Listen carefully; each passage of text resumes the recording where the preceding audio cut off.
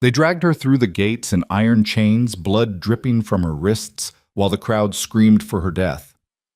Rhea Thorne, the wolf-raised outcast accused of lying about royal blood she didn't even know she had, stood before a throne that wanted her erased. One shift, one chance. If her wolf didn't prove the impossible, she'd be dead before sunset. But what crawled out of her skin that day would crack the kingdom's foundation and expose a massacre buried in silence. Will she survive the Iron Court's judgment, or will the truth destroy them all? Watch until the end to find out, and drop a comment telling us where you're watching from. Hit that like button if you're ready for this ride. The chains bit deep. Rhea kept her head down as the guards yanked her forward, boots scraping against stone slick with old blood. The Iron Court didn't bother cleaning up after executions. They wanted you to smell it, wanted you to know what happened to people like her. The crowd pressed in from both sides, hundreds of wolves in human skin, their eyes glowing faintly in the torchlight. She could feel their hatred like heat off a forge. They spat at her feet, called her filth, called her liar. One woman screamed that Rhea should be skinned alive, and the guards didn't even flinch. Rhea's ribs ached from where they'd kicked her during transport. Her left eye was swollen half shut. She'd stopped counting the bruises days ago. The borderlands had taught her how to take a beating, but this was different. Out there, pain came from hunger or cold or the occasional territorial dispute with a bear. Here, it came with intention, with pleasure. The throne room opened up ahead like the mouth of some great beast. Torches lined walls carved from black granite, and the ceiling vaulted so high the shadows never quite broke. At the far end, elevated on a dais of obsidian steps, sat the Iron Throne itself, a brutal thing of twisted metal and wolf skulls, built by the first Alpha King 3 centuries ago from the bones of his enemies. And seated on it, draped in furs and cold authority, was Kyle Draven. Rhea had never seen him before, never wanted to, but she'd heard the stories. The youngest Alpha King in history, ruthless, strategic, a man who'd unified the Northern Pacts through sheer force and political cunning before he'd turned 30. They said he could smell a lie from across a room. Said his wolf was so powerful it could crush a challenger's will before the fight even started. He watched her approach with eyes like winter, pale gray, sharp, completely unreadable. His jaw was set hard, dark hair pulled back in a way that made the brutal angles of his face even sharper. He didn't move, didn't blink. Just watched her stumble forward in chains like she was an insect he was deciding whether to crush. The guards forced her to her knees at the base of the steps. The impact sent a spike of pain through her shins, but she didn't make a sound. Wouldn't give them that. Rhea Thorne. The voice came from the left, a tall man in crimson robes, holding a scroll like it was a weapon. Chancellor Aldrich. She'd learned his name in that freezing cell 3 days ago when he'd read her the charges with all the warmth of a funeral rite. You stand accused of falsely claiming descent from the celestial line, a bloodline extinct for 23 years, a bloodline you could not possibly carry. Murmurs rippled through the court. Rhea caught fragments. Disgrace, abomination, borderlands trash. She lifted her head just enough to meet Kyle's gaze.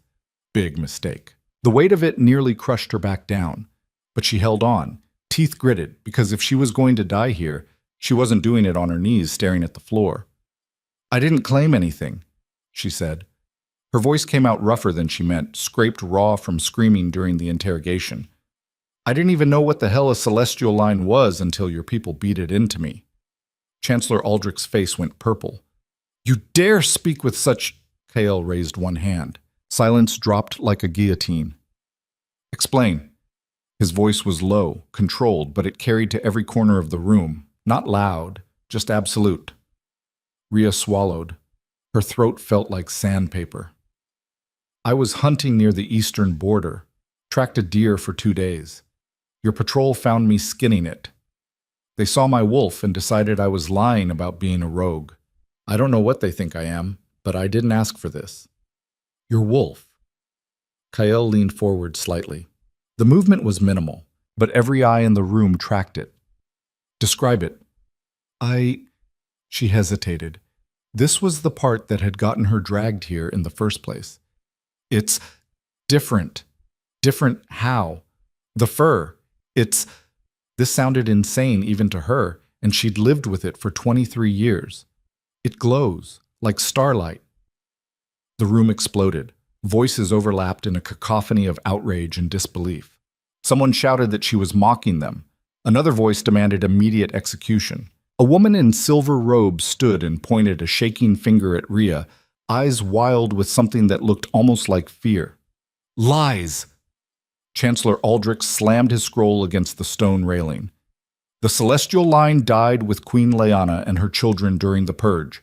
There are no survivors. This creature is either delusional or playing a sick game. Enough! Kael didn't shout. He didn't have to. The room went silent again, every wolf in the hall dropping their gaze instinctively. Alpha command. Rhea had seen it before in smaller packs, but never like this. Never so absolute. Kael stood. The movement was deliberate, controlled, and the temperature in the room seemed to drop 5 degrees. He descended the steps slowly, each footfall echoing, until he stood directly in front of Rhea. Up close, he was even more intimidating. Taller, broader. And there was something in his scent, iron and pine, and something darker she couldn't name, that made her wolf stir restlessly for the first time since the chains went on. Stand, he said. The guards started to protest, but Kael silenced them with a look. Rhea struggled to her feet, chains rattling. Her legs shook, but she locked her knees and refused to fall. Kael studied her face for a long moment. His expression gave away nothing. Then he spoke, low enough that only she could hear. If you're lying, I'll kill you myself, cleanly. It's more mercy than they'll give you. He nodded toward the crowd. But if you're telling the truth, something flickered in his eyes. Then we have a much bigger problem. He stepped back and addressed the court. She will shift, here, now, before all witnesses. The Chancellor sputtered. Your Majesty, this is highly irregular. You want proof, so do I. Kael's tone left no room for argument. If her wolf is mundane, we execute her for fraud and move on. If it's not, he paused. Then we deal with the implications. A man in the front row, older, gray-bearded, wearing the insignia of House Thornwick, stood abruptly. And if she refuses, this could be a stalling tactic. Then she dies where she stands. Kael didn't even look at him. But something tells me she won't refuse. Will you, Miss Thorne? Rhea's heart hammered against her ribs. She'd shifted in front of people before, small groups, other rogues, the occasional curious human who wandered too close to the borderlands. But never like this. Never under threat of death with hundreds of hostile eyes watching her every breath. The chains, she managed. Kael gestured. One of the guards stepped forward reluctantly and unlocked the manacles. They fell away with a heavy clang, leaving raw red welts around her wrists. Rhea rubbed at them absently, trying to get circulation back. The court pulled back, forming a wide circle. Rhea stood in the center of it, exposed, bleeding, exhausted. Every instinct screamed at her to run, but there was nowhere to go. The doors were barred, the windows were too high, and even if she made it outside, she'd never outrun an entire kingdom of wolves. So she did the only thing she could. She closed her eyes and reached for the shift. It hurt. It always hurt. But this was worse. Her body was already battered, her energy reserves scraped hollow from days of captivity and fear. The change clawed its way out of her bones like something furious and alive, reshaping muscle and sinew and skin in a cascade of sensation that was equal parts agony and relief. Her spine compressed, vertebrae reforming, her jaw elongated with a sickening crack. Fur erupted from her skin in a wave that felt like being set on fire and doused in ice water simultaneously. Her fingers shortened, nails hardening into claws that scraped against stone. She heard gasps, then silence. Rhea opened her eyes, wolf eyes now, sharper, clearer, and looked down at herself. The glow was dimmer than usual, weakened by exhaustion and injury. But it was still there. Her fur shimmered like someone had woven threads of moonlight into every strand, pulsing faintly with each breath. In full health, in open moonlight, it would have been blinding. Even now, in the torch-lit throne room, it was unmistakable. The light moved with her breathing, ebbing and flowing like a tide. Where it concentrated, along her spine, at the tips of her ears, around her paws, It brightened to an almost painful brilliance before dimming again. It wasn't fire, wasn't bioluminescence, it was something else entirely, something that didn't belong in the natural world. The Chancellor made a strangled sound. Someone in the crowd whispered, "Celestial?" Another voice shaking, "It can't be, they're all dead, they're all—" And then the statue moved. Rhea hadn't noticed it before, too focused on survival to pay attention to decorations. But now she saw it clearly, a massive stone wolf carved into the wall behind the throne, twice the size of any living wolf, its eyes set with gems that had always been dark. Until now. The gems ignited, brilliant gold burning like twin suns. The wolf's head turned with a grinding of ancient stone, angling down toward Rhea with slow, inevitable recognition. Dust cascaded from its joints. The grinding echoed through the chamber like thunder. The court lost its mind. Wolves stumbled backward, some shifting in panic, others falling to their knees. The Chancellor dropped his scroll. Even the guards flanking the throne looked shaken, hands moving instinctively to weapons they couldn't possibly use against stone. "Impossible," someone breathed. "The ancestor stone hasn't moved since Queen Liana's coronation. 23 years. Kael stood perfectly still. His eyes locked on Rhea, on her wolf, with an expression she couldn't read. Then something shifted in his face. A flicker of recognition, of understanding, of something deeper that made his wolf surface just beneath his skin, visible in the sudden glow of his eyes. The bond snapped into place like a physical thing. Rhea felt it, a connection forming between them, ancient and undeniable, thrumming in her chest like a second heartbeat. It wasn't attraction. It wasn't desire. It was older than that, primal. The kind of recognition that existed before language, before civilization, before anything but instinct and blood.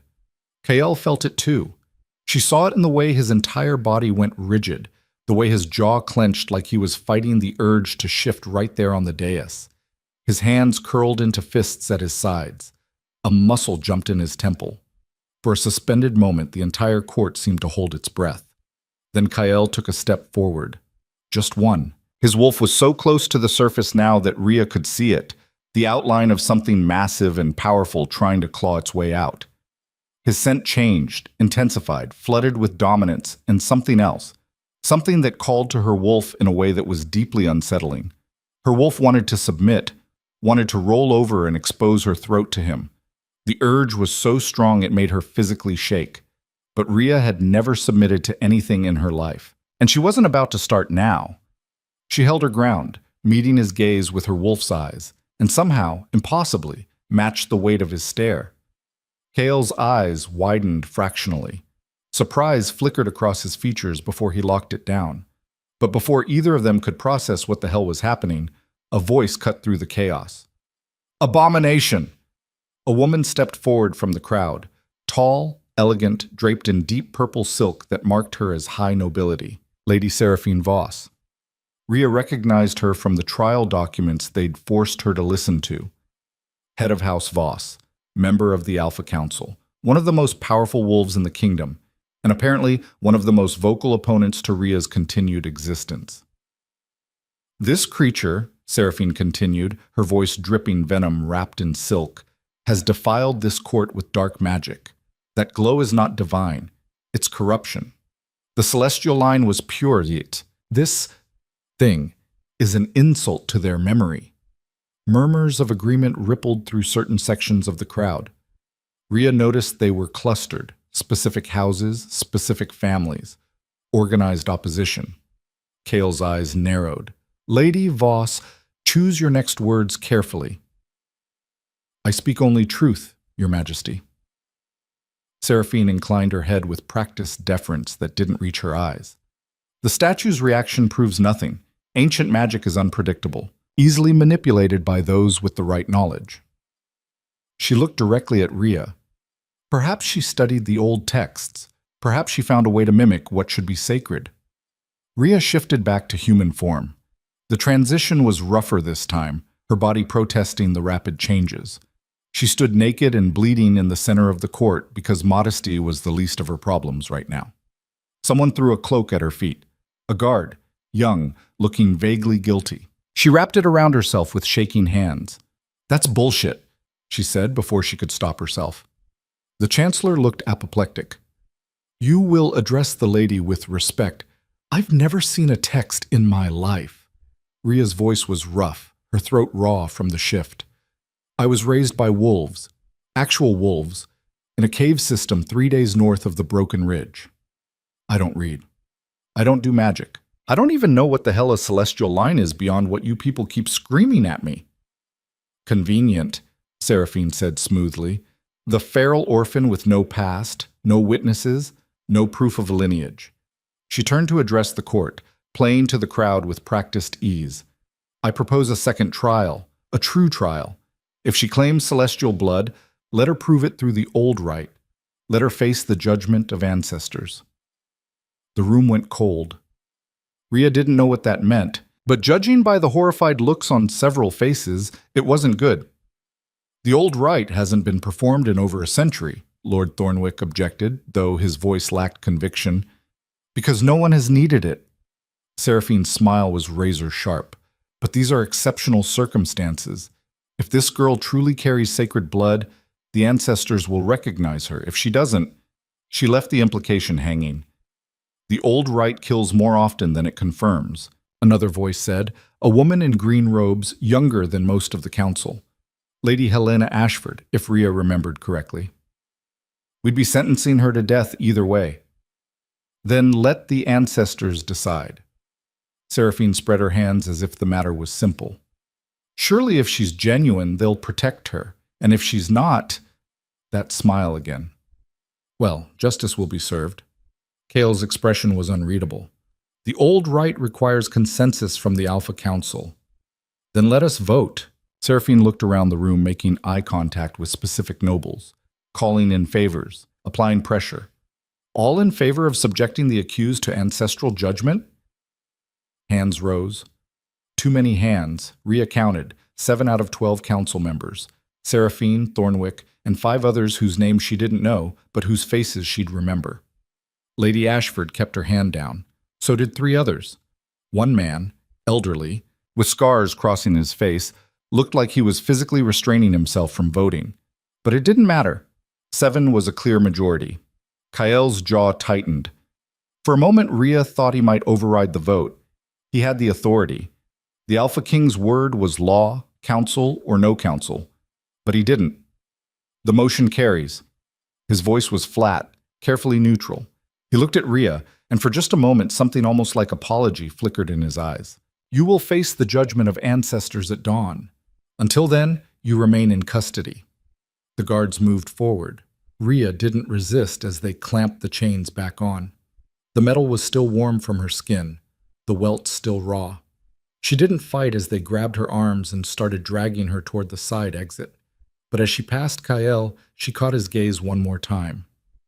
"I didn't ask for this," she said quietly. "I know." His voice was equally low, meant only for her. "But you're in it now, and if you survive tomorrow..." He paused, something unreadable crossing his features. "We're going to have a very long conversation about what your existence means for this kingdom. And if I don't survive..." His expression hardened. "Then I'm going to have a very different kind of conversation with the people who voted for this." Then the guards hauled her away, back into the darkness, and Ria was left with nothing but the phantom sensation of that bond still thrumming in her chest, and the growing certainty that she'd just stumbled into something much bigger and much more dangerous than a simple case of mistaken identity. The holding cell was worse than the one they'd kept her in before the trial. Smaller, darker. The floor was damp with something she didn't want to identify. There was no window, no light, except the faint glow of a torch in the corridor beyond the bars. The guards shoved her inside and locked the door without a word. Ria collapsed against the far wall, pulling the cloak tighter around herself. Her whole body ached. The shifts had taken more out of her than usual, and she hadn't eaten since yesterday. Maybe the day before. Time was getting hard to track. She closed her eyes and tried to slow her breathing, tried to think. The old rite. Judgment of ancestors. She had no idea what that meant, but the fear in the room when Seraphine proposed it had been real. Even Kael had looked concerned, and he didn't strike her as someone who concerned easily. Footsteps echoed in the corridor. Rhea tensed, expecting more guards, more interrogation, more pain. But the person who appeared at the bars wasn't wearing guard armor. It was Lady Ashford, the young council member who'd voted against the right. She was alone, glancing nervously over her shoulder. "You shouldn't be here," Rhea said. "Probably not." Helena pulled a small bundle from beneath her cloak and pushed it through the bars. Food, water, and something for the pain. Rhea stared at her. "Why?" "Because what's happening to you isn't right." Helena's voice was quiet but firm. The Celestial line didn't just die. They were murdered. Every last one of them, down to the children. And the people who did it are still walking around this court pretending to mourn them. Rhea's blood went cold. "What?" "The official story is that it was a plague, a sickness that swept through the royal family 23 years ago. Helena's eyes were hard. "But my grandmother was the court healer. She told me the truth before she died. It wasn't plague, it was poison. Coordinated. Systematic. Someone wanted the Celestial line erased." "Who? If I knew that, they'd already be dead." Helena glanced over her shoulder again. "But I have suspicions, and seeing you tonight, seeing how certain members of the council reacted," she trailed off. "The old rite is dangerous. You'll be taken to the Ancestor Grove at dawn. They'll bind you to the Heartstone and invoke the old magic. If the ancestors accept you, the stone will recognize your blood. If they don't, I die. Violently. The magic tears you apart from the inside." Helena's expression was grim. "But there's another possibility. If you are celestial, and the magic recognizes you, it might do more than just confirm your lineage. It might show everyone how you survived when the rest of your family didn't." Rhea processed that. "You think the people who killed them will panic?" "I think they'll try to kill you before you reach the grove." Helena pulled out a small knife and slid it through the bars. "Hide this. If someone comes for you tonight, don't go quietly." Rhea took the knife, sliding it into the folds of the cloak. "Why are you helping me?"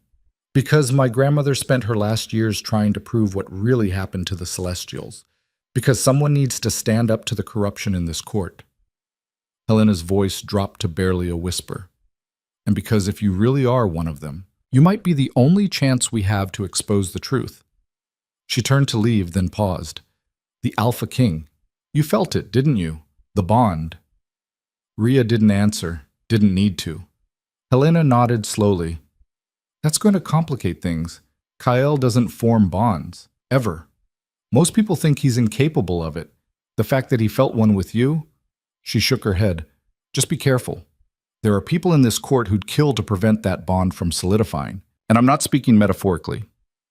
Then she was gone, footsteps fading down the corridor. Rhea sat in the darkness, turning the knife over in her hands. She unwrapped the bundle. Bread, cheese, dried meat, a water skin, and a small vial of something that smelled medicinal.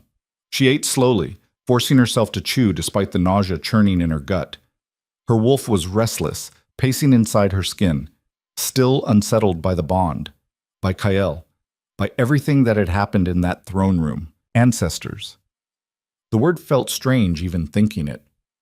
Rhea had been raised by wolves, the four-legged kind. She'd learned to hunt from them, to survive from them. They'd protected her through brutal winters and taught her which berries were safe to eat. They'd raised her because her mother, whoever she'd been, had died when Rhea was too young to remember.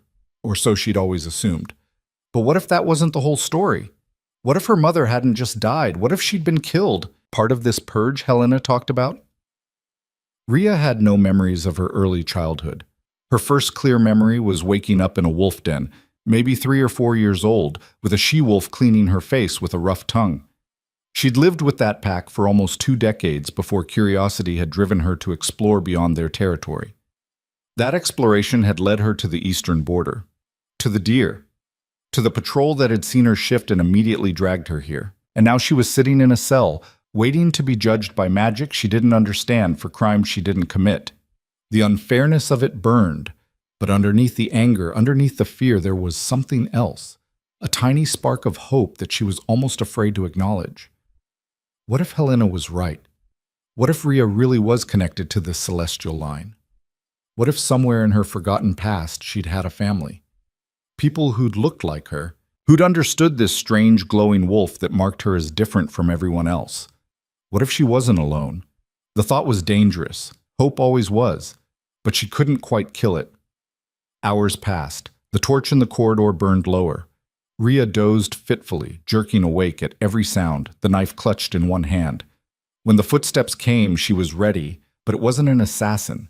It was the young guard from earlier, the one who'd thrown her the cloak. He stopped at the bars, looking nervous. "The Alpha King wants to see you," he said quietly. Rhea sat up. "Now? It's the middle of the night. He doesn't sleep much." The guard unlocked the cell. "And he's not summoning you for trial. It's unofficial. You have my word you'll be brought back safely." Rhea studied him. He looked genuinely uncomfortable, not like someone setting a trap. And honestly, if Kyle wanted her dead, he had easier ways than sneaking her out of a cell. She stood, wrapping the cloak around herself, and followed the guard into the corridor. They took a route she hadn't seen before, narrow passages that wound through the castle's interior, away from the main halls. Servant corridors, probably, places the nobility didn't go. Finally, they emerged into a room that was clearly Kyle's private study.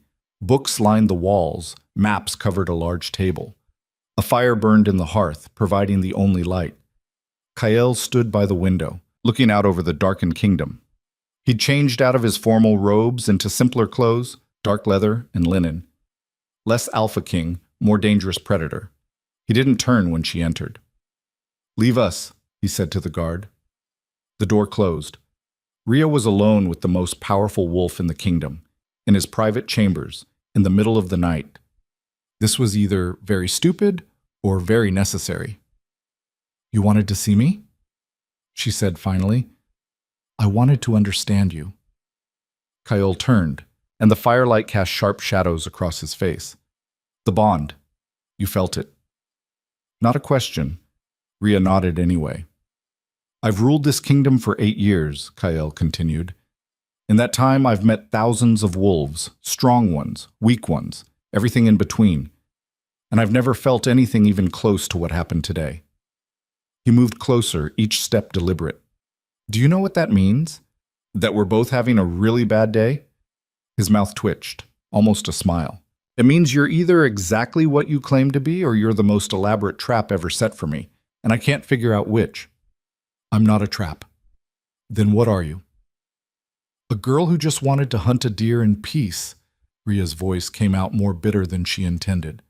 "I didn't ask for glowing fur. I didn't ask to be dragged here.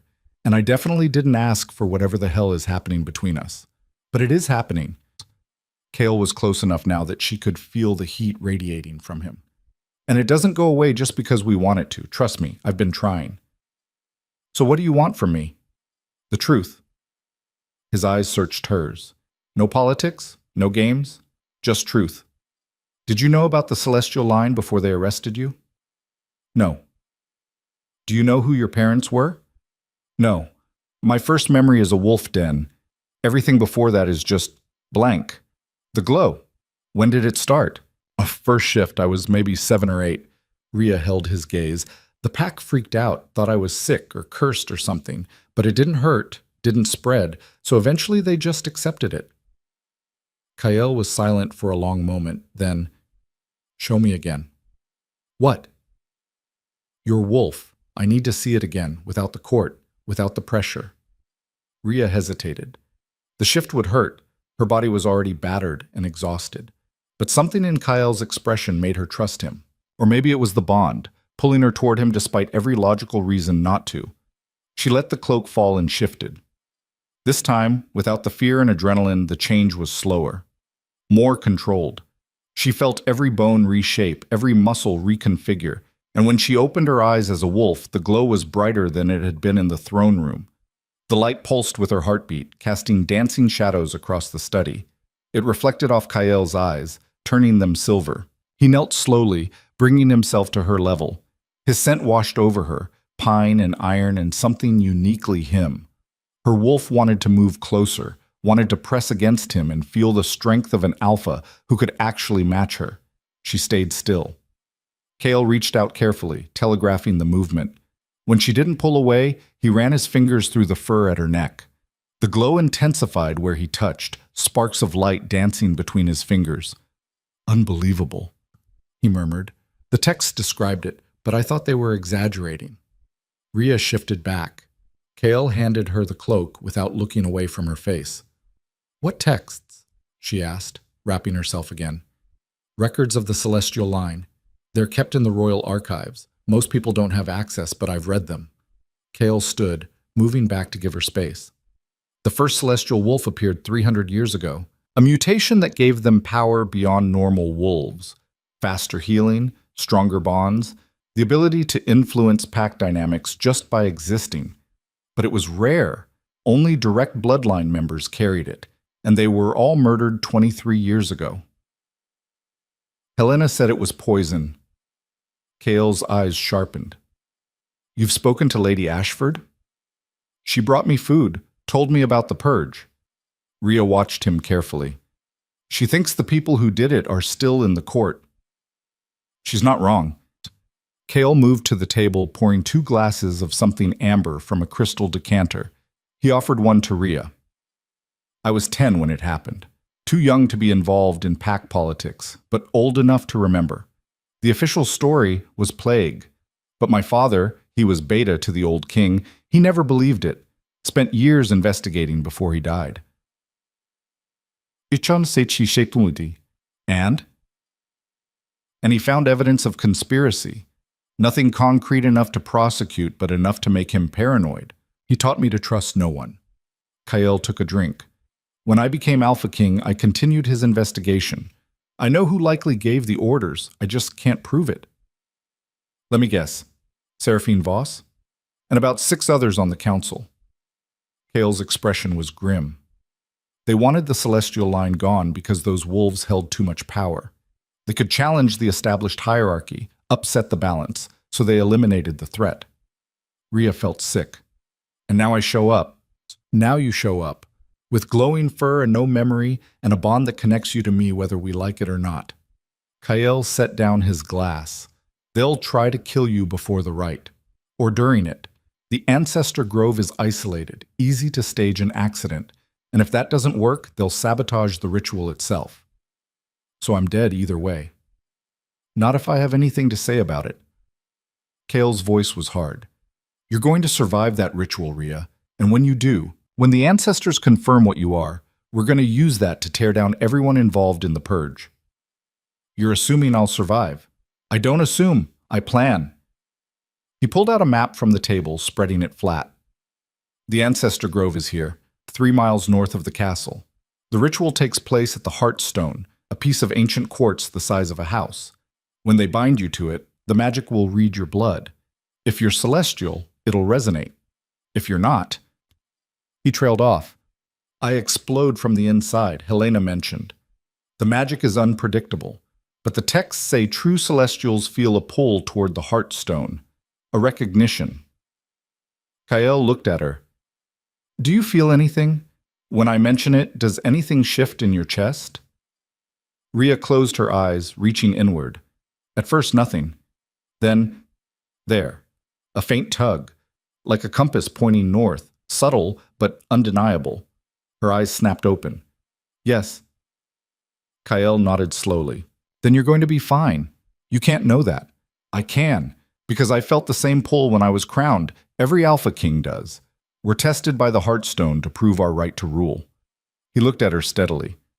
It recognized me, and it'll recognize you.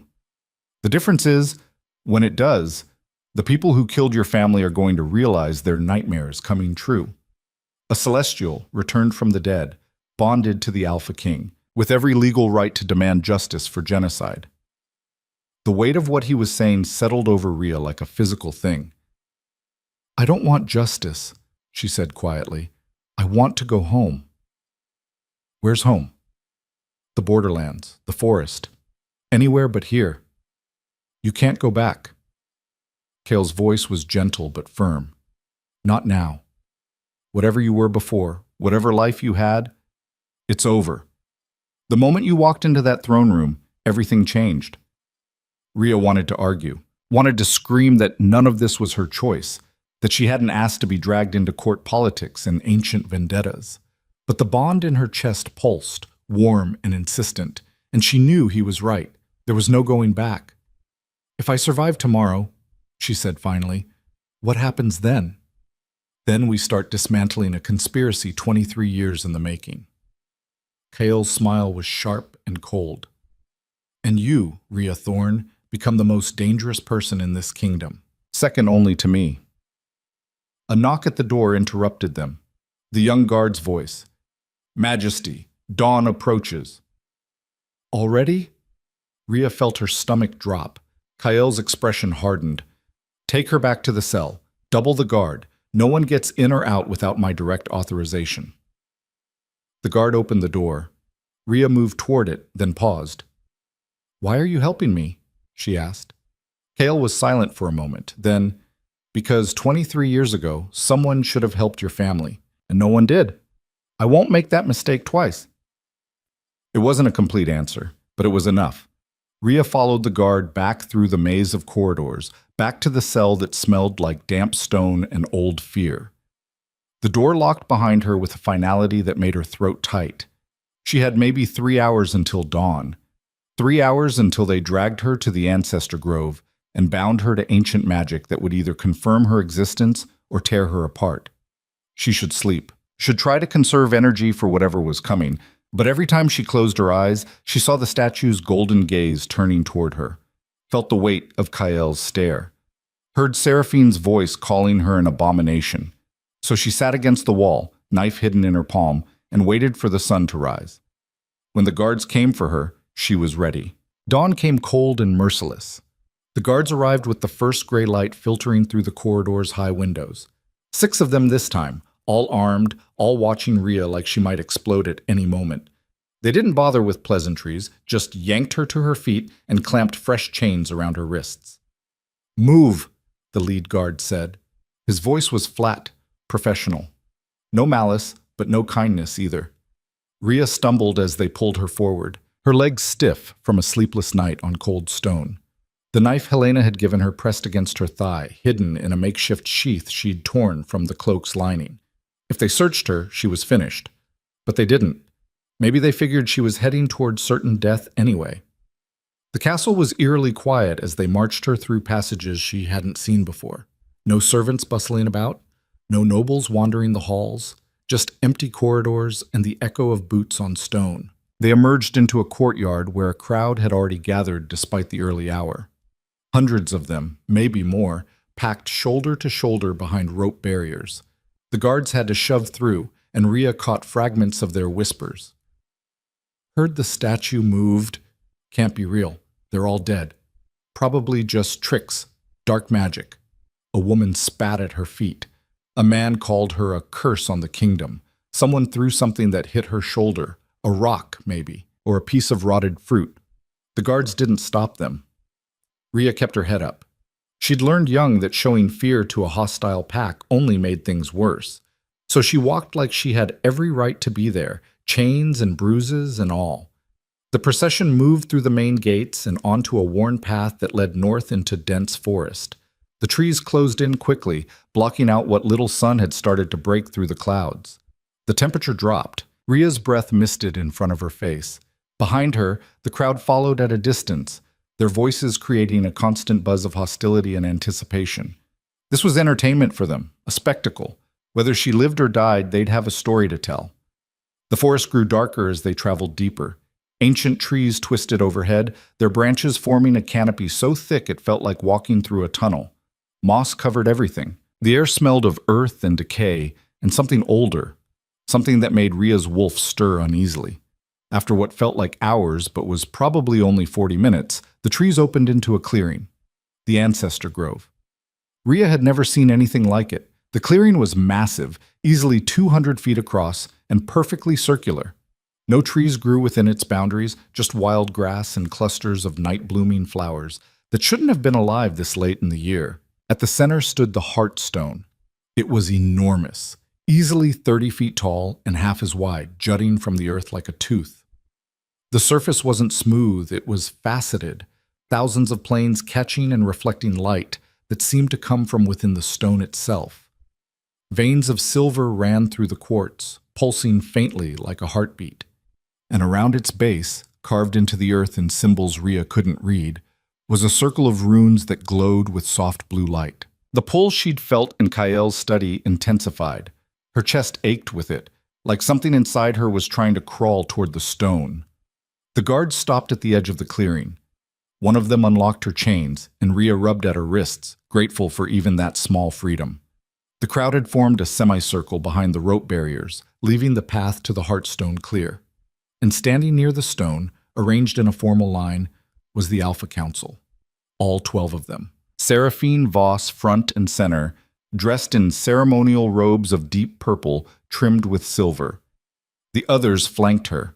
Thornwick, Aldrich, Lady Ashford looking pale and worried, and faces Rhea didn't know but would remember. And slightly apart from them, positioned between the council and the stone, stood Kael. He wore black leather armor etched with silver runes that matched the ones on the ground. His hair was loose, falling past his shoulders, and his eyes tracked Rhea's every movement as she was led forward. His expression was unreadable, but the bond in her chest thrummed with something that felt like worry, or maybe that was just her own fear bleeding through. Rhea Thorne. Chancellor Aldrich stepped forward, holding a scroll. His voice carried across the clearing with practiced authority. You stand accused of falsely claiming celestial heritage. The Alpha Council has decreed that you will undergo the judgment of ancestors. Do you understand the terms?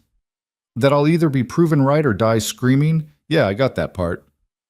A ripple of shocked murmurs ran through the crowd. Aldrich's face darkened. Show some respect. Respect for what? Rhea cut him off. For people who've already decided I'm guilty? For a trial designed to kill me either way? She looked past him to Seraphine. Let's just get this over with. Seraphine's smile was cold and satisfied. As you wish. Two attendants in gray robes approached carrying what looked like ceremonial restraints, leather cuffs connected by silver chains, etched with more runes. Not like the iron chains the guards had used. These were meant for the ritual. They fastened the cuffs around Rhea's wrists and ankles, then led her toward the Heartstone. With each step closer, the pull intensified until it felt like hooks in her chest dragging her forward. Her wolf was frantic now, pacing and snarling inside her skin. At the base of the stone, they positioned her in the center of the rune circle and attached the chains to iron stakes driven deep into the earth. She couldn't move more than a few feet in any direction, couldn't run even if she wanted to. Kael watched the entire process with a face like carved granite, but when the attendant stepped back and left Rhea alone in the circle, he moved closer, not inside the runes, but near enough that she could see the tension in his shoulders. Remember what I told you, he said quietly, pitched so only she could hear. The stone will recognize you, don't fight it. Easy for you to say. I went through this too. I know what it feels like. His eyes met hers. Trust your instincts, trust your wolf, and whatever you do, don't let go. Before Rhea could ask what that meant, Seraphine's voice rang out across the clearing. Let the judgment begin. The council formed a circle around the rune barrier, each member taking a position at one of 12 points. They raised their hands in unison and began to chant in a language Rhea didn't recognize, something old and guttural that made her teeth ache. The runes on the ground blazed brighter. Blue light climbed up the silver veins in the Heartstone, spreading like wildfire until the entire massive crystal glowed from within. The temperature dropped so fast Rhea could see her breath, and the air itself seemed to thicken. Then the pain started. It felt like the stone was pulling at her blood, trying to drag something out through her skin. Rhea gasped, her knees buckling. The chains held her upright, biting into her wrists and ankles.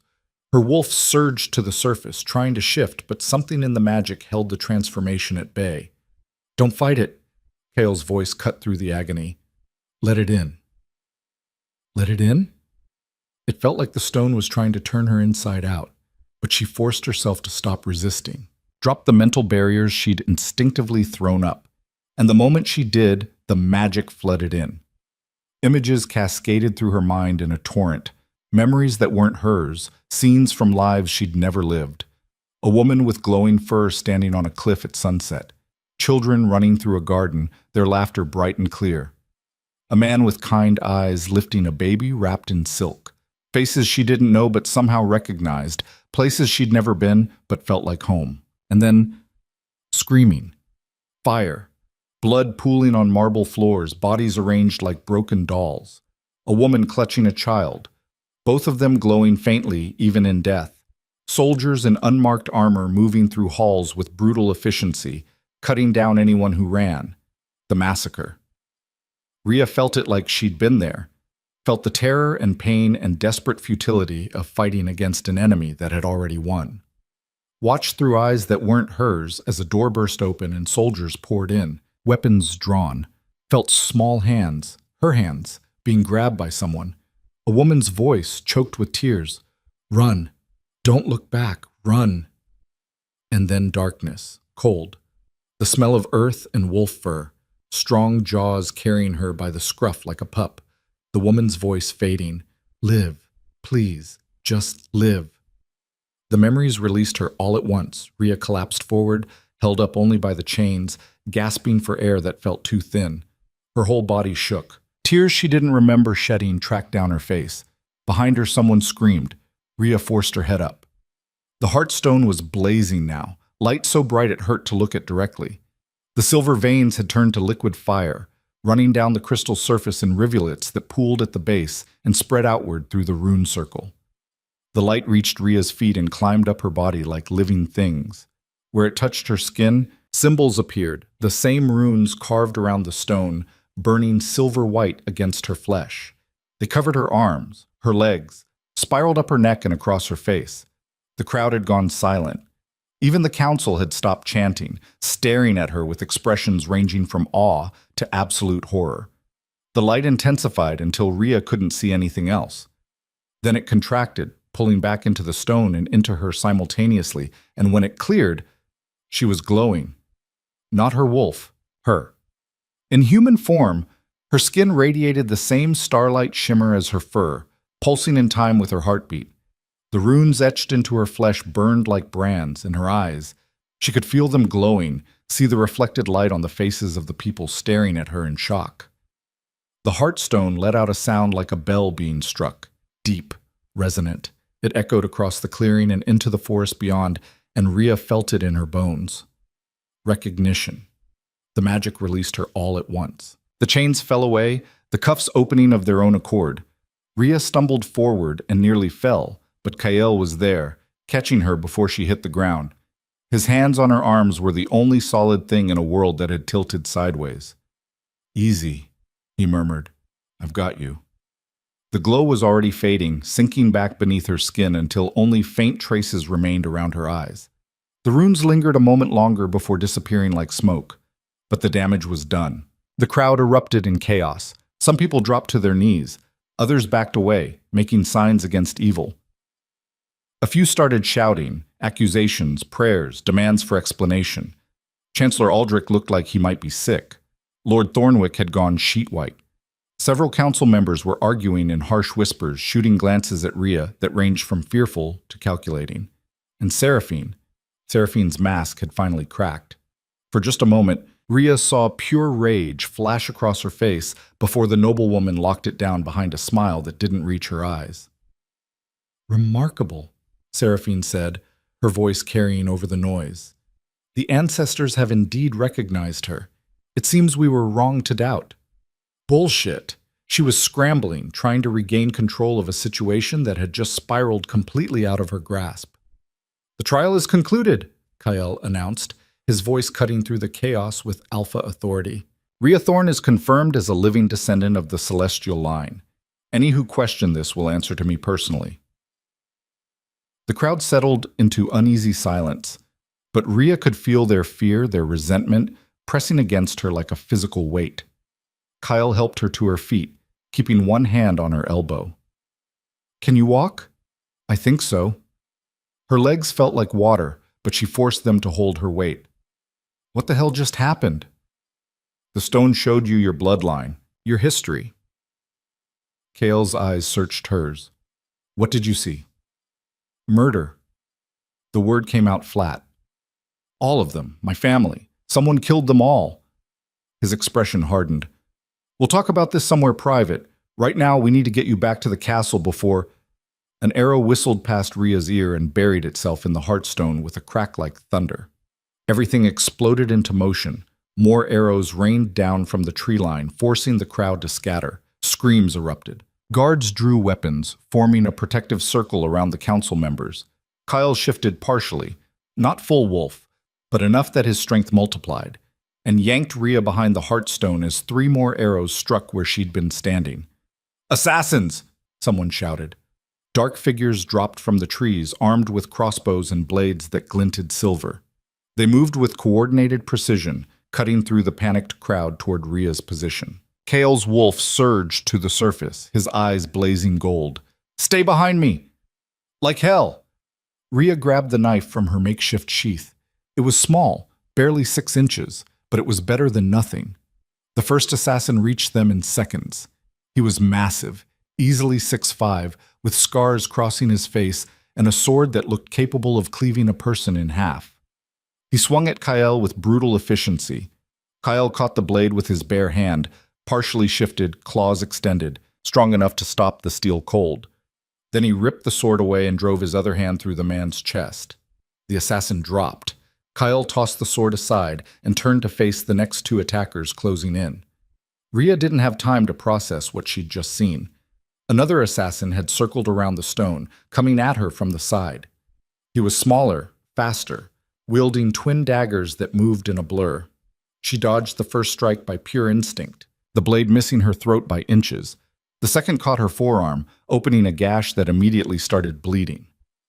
Rhea hissed and struck back with her knife, aiming for his exposed neck.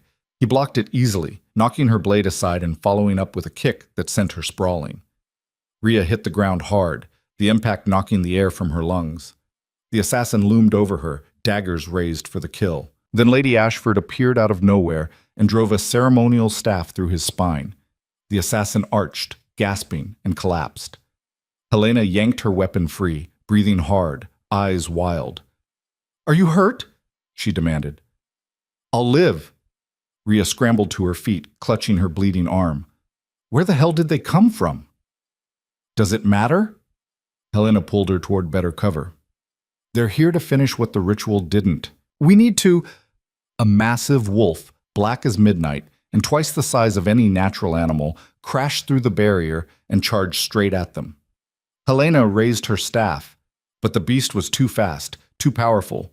It would have torn them both apart if Kyle hadn't intercepted it mid-leap. The impact of 2 alpha wolves colliding shook the ground. They rolled in a tangle of fur and fangs, snarling and snapping with savage intensity. The black wolf was strong, but Kyle was stronger. He got his jaws around its throat and squeezed, and the fight was over in seconds. The black wolf went limp. Kyle released it and shifted back to human form, naked and covered in blood that wasn't all his own. 7 dead, he said, his voice rough. 4 more fleeing into the forest.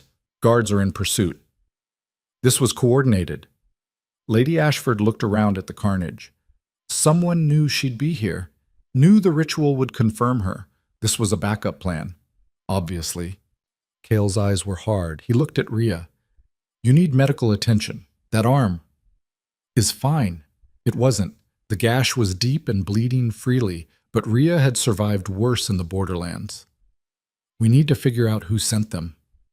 "We already know who sent them." Kyle gestured at the dead black wolf. "Look at the marking on its shoulder." Rhea moved closer. Beneath the blood, barely visible, was a brand, a stylized hawk with spread wings. Helena sucked in a breath. "House Voss." "Seraphine." Rhea's voice was flat. "She tried to have me killed. She tried to have you both killed." Kale's expression was murderous. "Those assassins weren't just targeting you. Some of them came for me too." The implications settled over them like a shroud. This wasn't just about eliminating an inconvenient celestial. This was a coup attempt. Remove Raya and kill Kale in the chaos, blame it on the ritual or rogue elements, and suddenly the throne was up for grabs. "Where is she?" Rhea demanded. They looked around the clearing. Most of the crowd had fled. The remaining guards were tending to the wounded or securing the perimeter. The council members who'd stayed were clustered near the tree line, arguing in harsh whispers. Seraphine was nowhere to be seen. She ran, Helena said grimly, probably the moment the first arrow flew. Kale's jaw tightened. Find her, now. I want every guard in the kingdom searching. She doesn't leave the capital. She doesn't reach her estates. I want her in chains before sunset. 2 guards saluted and ran for the horses. Kyle turned to the remaining council members, his voice carrying across the clearing with lethal authority. Anyone associated with House Voss is under immediate suspicion. Anyone who voted for the old right will be questioned. And if I find evidence that any of you were involved in this attack, his eyes blazed gold, I'll execute you myself. The council members went pale. Even Thornwick, who'd seemed so confident in the throne room, looked ready to bolt. Your Majesty, Aldrich stammered, surely you don't think all of us— I think someone in this council betrayed me, betrayed the kingdom, and until I know who, you're all suspects. Kale's voice was ice. Guards, escort the council back to the castle. Separate chambers. No communication. I'll deal with them individually. The guards moved to comply. The council members protested, but it was half-hearted. They knew they'd lost. As they were led away, Kyle finally turned back to Rhea. His expression softened fractionally. Let me see that arm. Rhea held it out. The bleeding had slowed but not stopped. Kale examined it with surprising gentleness, his fingers careful around the wound. Need stitches, he said, and cleaning. If it gets infected, I know. Rhea pulled her arm back. I've dealt with worse. In the borderlands, maybe. Here, you have access to actual healers. He looked at Helena. Take her to the castle. Get her patched up. I'll join you after I finish here. You're staying? Rhea asked. Someone needs to secure the scene, question the survivors, make sure there aren't more assassins hiding in the forest. His eyes met hers, and the bond thrummed between them. You'll be safe with Lady Ashford. Trust her. It wasn't a request. Rhea wanted to argue, wanted to stay and help hunt down the people who'd just tried to kill her, but she was exhausted, bleeding, and still reeling from whatever the Heartstone had shown her. So she nodded. Helena led her toward the horses, supporting her when Rhea's legs threatened to give out. As they mounted, Rhea behind Helena clinging to her waist, she looked back at the clearing one last time. Kyle stood in the center of the carnage, surrounded by bodies and blood, looking every inch the dangerous predator the stories claimed he was. His eyes tracked her until the trees blocked her view. The ride back was a blur. Rhea's arm throbbed in time with her heartbeat, and the adrenaline crash hit hard. She barely registered arriving at the castle, being helped down from the horse, walking through corridors that seemed to stretch on forever. Helena brought her to a room that was definitely not the cell. It was lavish, with actual furniture and windows that let in natural light. A healer waited there, an older woman with kind eyes and capable hands. Sit, the healer ordered, and Rhea was too tired to do anything but obey. The woman cleaned the wound with something that stung like fire. Rhea bit back a curse. Deep, the healer muttered. But clean. You're lucky. Another inch and it would have hit the artery. She threaded a needle with practiced efficiency. This will hurt. It did. Each stitch was a sharp spike of pain that made Rhea's eyes water, but she sat still, jaw clenched, and let the woman work. Helena paced by the window, looking agitated. They came so fast, too fast. They had to have been positioned before we even arrived. Seraphine knew the ritual would confirm me, Rhea said through gritted teeth. She planned for it, had assassins ready to kill me the moment the trial ended. And Kyle, they went for him too. Helena stopped pacing. She's making a play for the throne. She has to be. There's no other reason to risk killing the Alpha King. Will she succeed? Not if we find her first. Helena's expression was hard. But she has resources, allies, safe houses scattered across the kingdom. If she reaches House Voss territory, it'll be nearly impossible to extract her without starting a civil war. The healer finished the last stitch and wrapped Rhea's arm in clean linen. Done. Keep it dry. Come back in 3 days to have the stitches checked. Rhea flexed her fingers carefully. The arm hurt like hell, but the bleeding had stopped. "Thank you." The healer packed up her supplies and left without another word. Helena moved to the door, checked the corridor, then closed and locked it. "You need to understand something," she said quietly. "What happened today changes everything. The Heartstone confirmed you. The entire kingdom saw it. You're not just some rogue anymore. You're a legitimate threat to everyone who benefited from your family's death. I didn't ask to be a threat. Doesn't matter. You are one." Helena sat across from her. "Seraphine tried to kill you because she knows what you represent. Justice for genocide. Retribution for a massacre the court has spent 23 years covering up. If you survive long enough to demand answers, to push for trials, half the nobility will fall. Good. Maybe, but they won't go quietly." Helena leaned forward.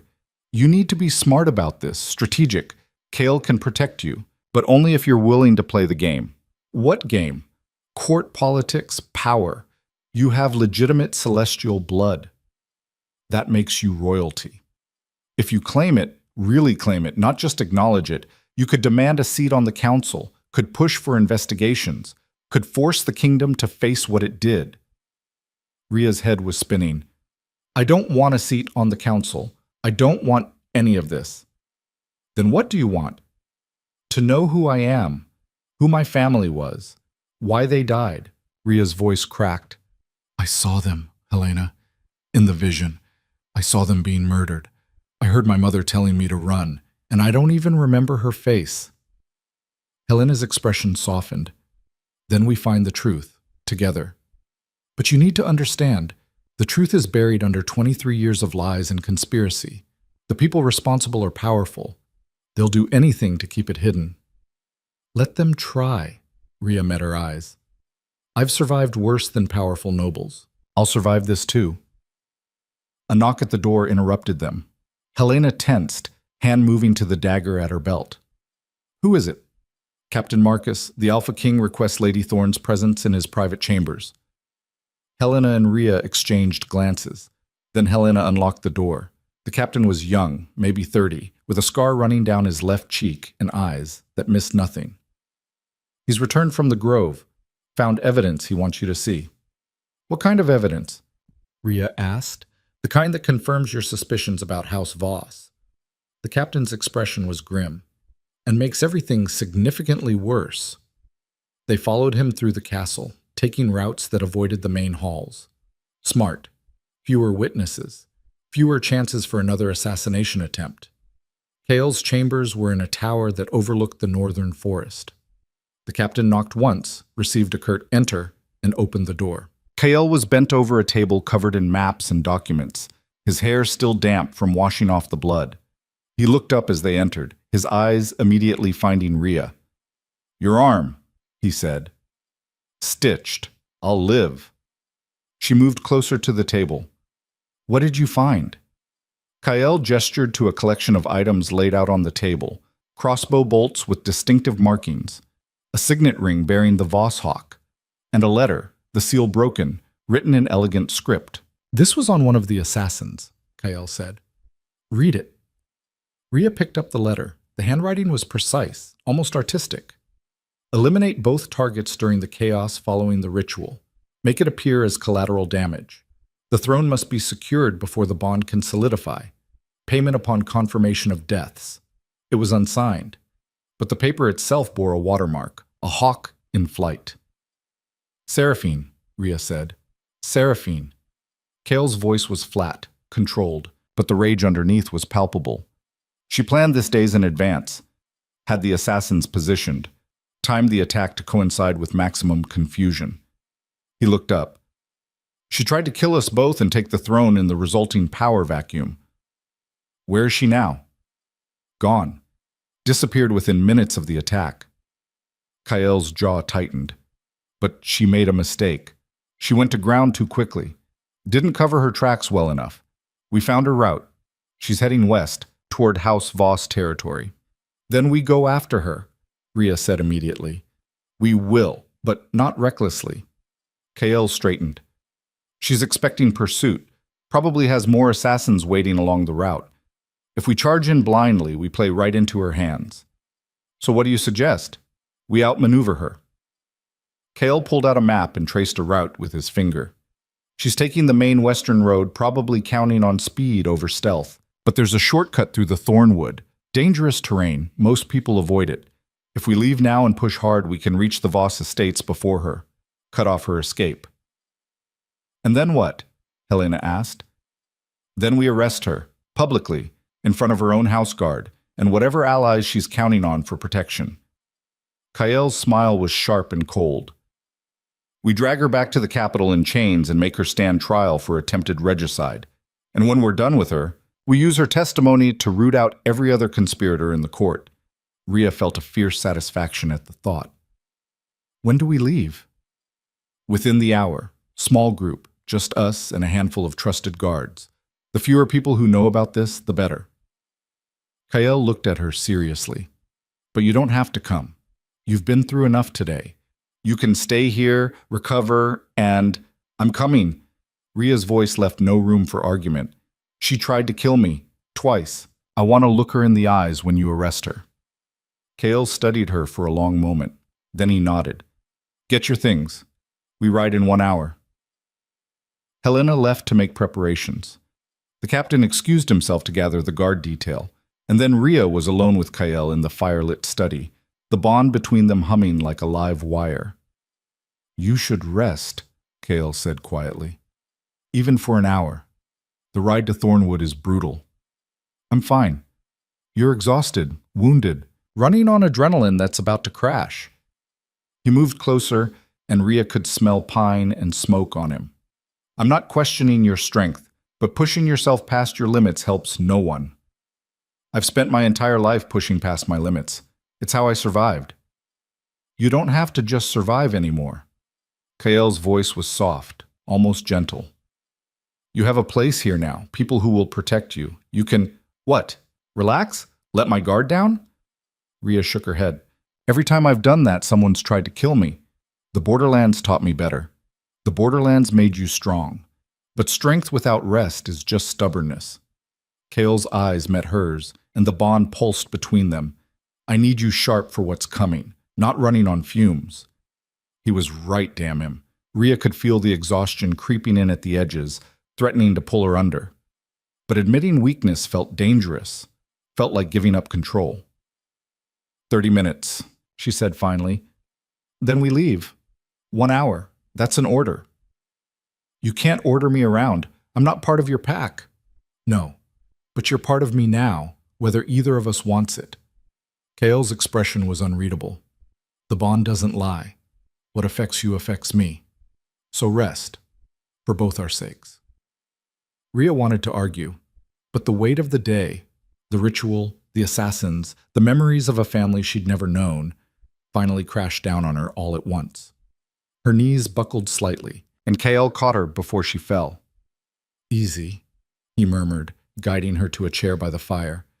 Just close your eyes. I'll wake you when it's time. Rhea sank into the chair, the heat from the flames soaking into her bones. Her eyes drifted shut almost against her will, and as consciousness slipped away, she felt Kael's hand briefly touch her shoulder, steady, warm, solid. When she woke, it was to the sound of horses being prepared in the courtyard below, and the knowledge that everything was about to get much, much worse. The Thornwood lived up to its reputation.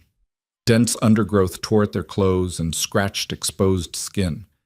The canopy overhead was so thick that even midday felt like dusk, and the air hung heavy with moisture and the smell of rotting vegetation.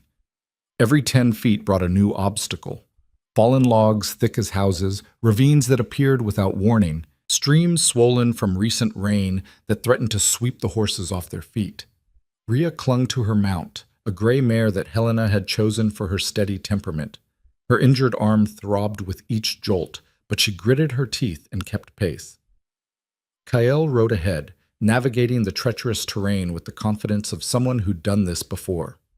Behind them came Captain Marcus and 4 guards, all hand-picked, all sworn to silence about their mission. They'd been riding for 3 hours when the forest started fighting back. "Movement!" Marcus called out, his hand dropping to his sword. "Northeast, 50 yards." Kael raised a fist, and the group stopped. Rhea strained to hear over the sound of her own breathing and the horses shifting nervously. There, a rustle of leaves, too deliberate to be wind. Wolves, Kael said quietly. Wild ones. They're tracking us. How many? Helena asked. 6, maybe 8. Kael's eyes had gone distant, reading signs Rhea couldn't see. They're hungry. Winter's coming early this year. One of the guards, a young man barely old enough to grow a beard, looked nervous. Should we shift? Drive them off? No, that might provoke them into attacking. Kael dismounted smoothly. Stay on the horses. Keep moving. I'll handle this. You're going alone? Rhea swung down from her mare before anyone could stop her. Like hell! Kael's jaw tightened. This isn't a debate. You're right. It's not.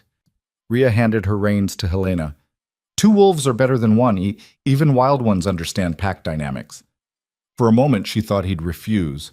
Then Kael nodded curtly. Stay close. Don't engage unless I give the signal. They moved into the underbrush, leaving the others behind. The moment they were out of sight, Kael shifted, a fluid transformation that took seconds. His wolf massive and dark gray with eyes that glowed faintly, even in the dim forest light. Rhea followed suit, the change coming easier now despite her exhaustion.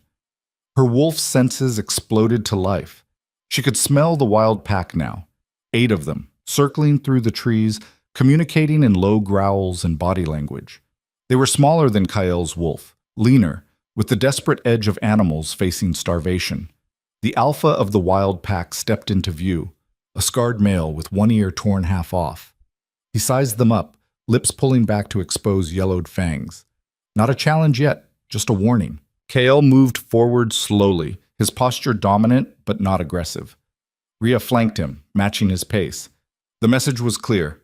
We're passing through. Don't make this a fight. The wild alpha growled, a sound that raised every hair on Rhea's spine. His pack emerged from the shadows.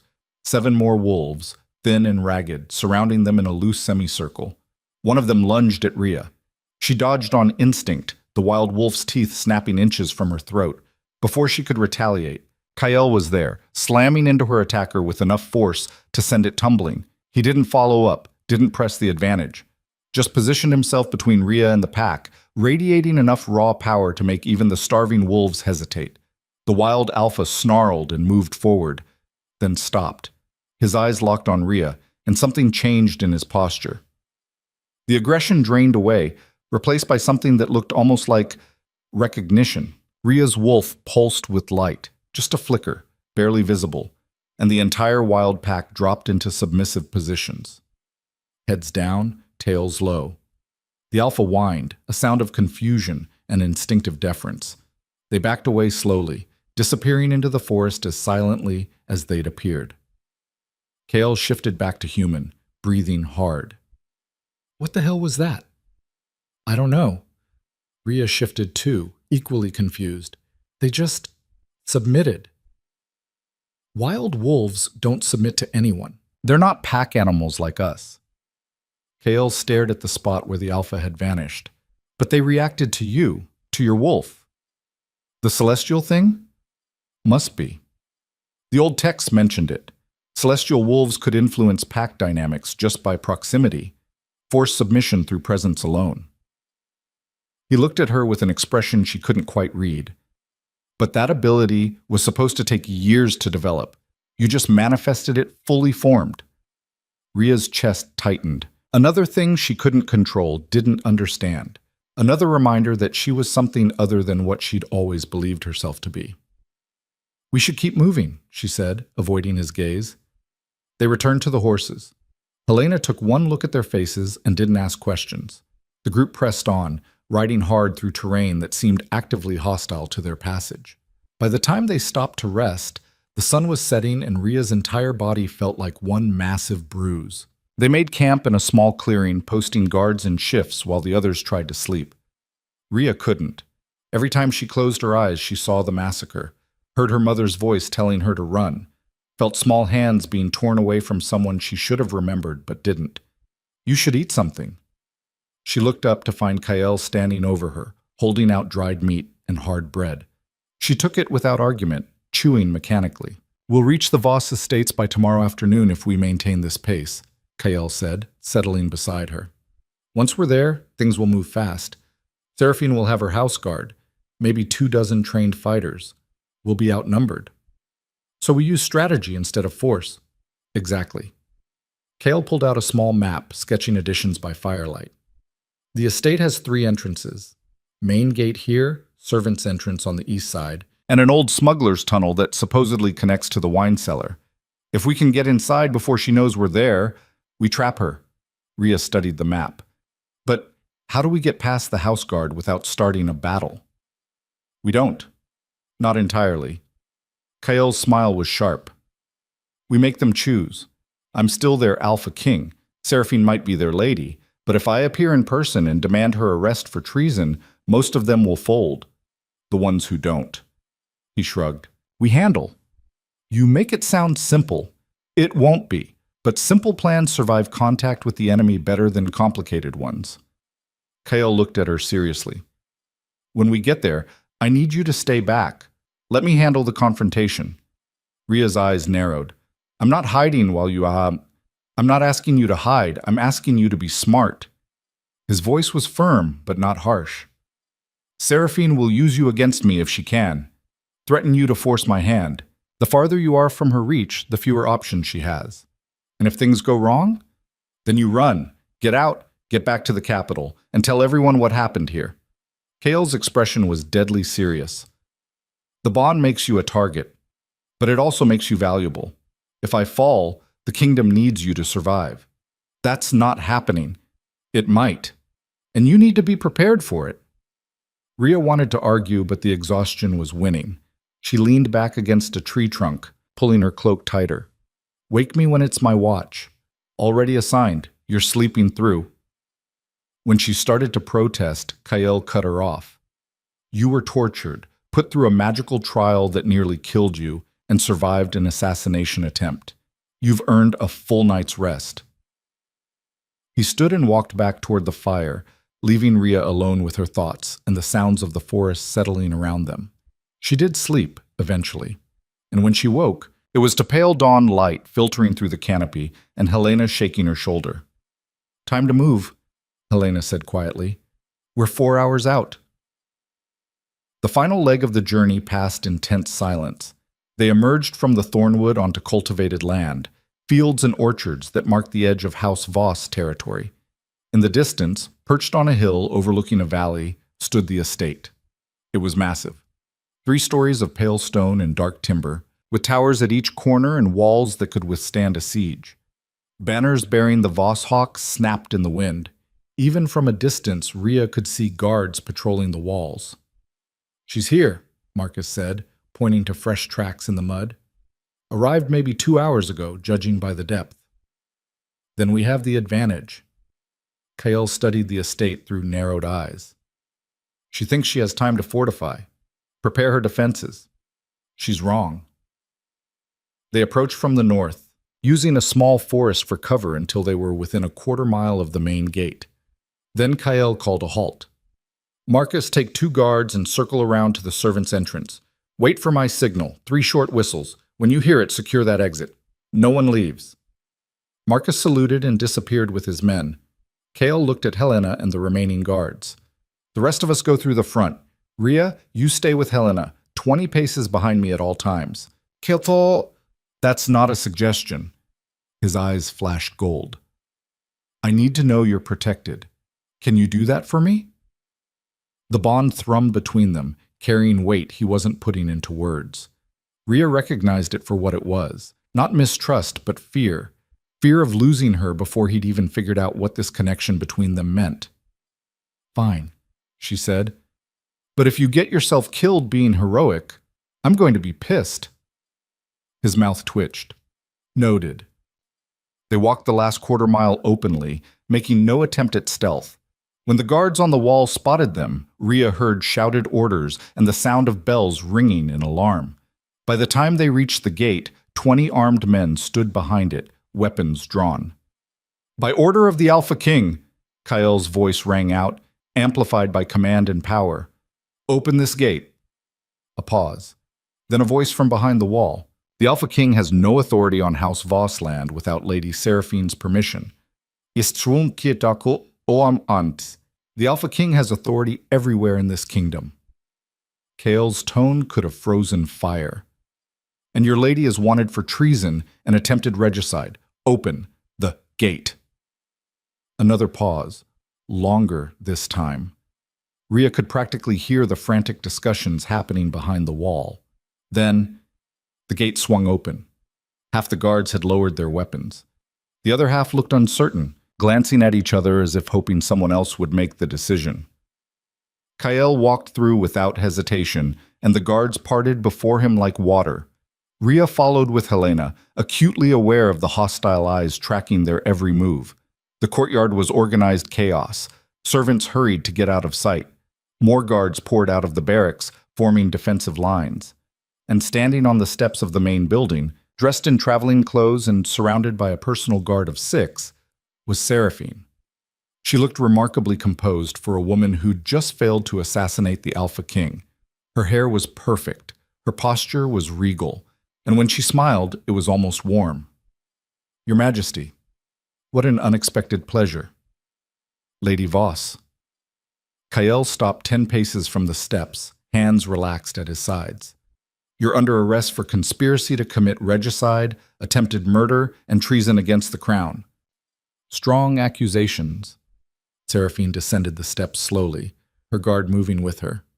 Do you have evidence, or is this simply the paranoia of a king who sees threats everywhere? Kael pulled the letter from his coat, the one they'd found on the assassin's body, and held it up. Your watermark. Your handwriting. Orders to kill me and Rhea Thorne during the ritual. His voice was cold as winter. That's all the evidence I need.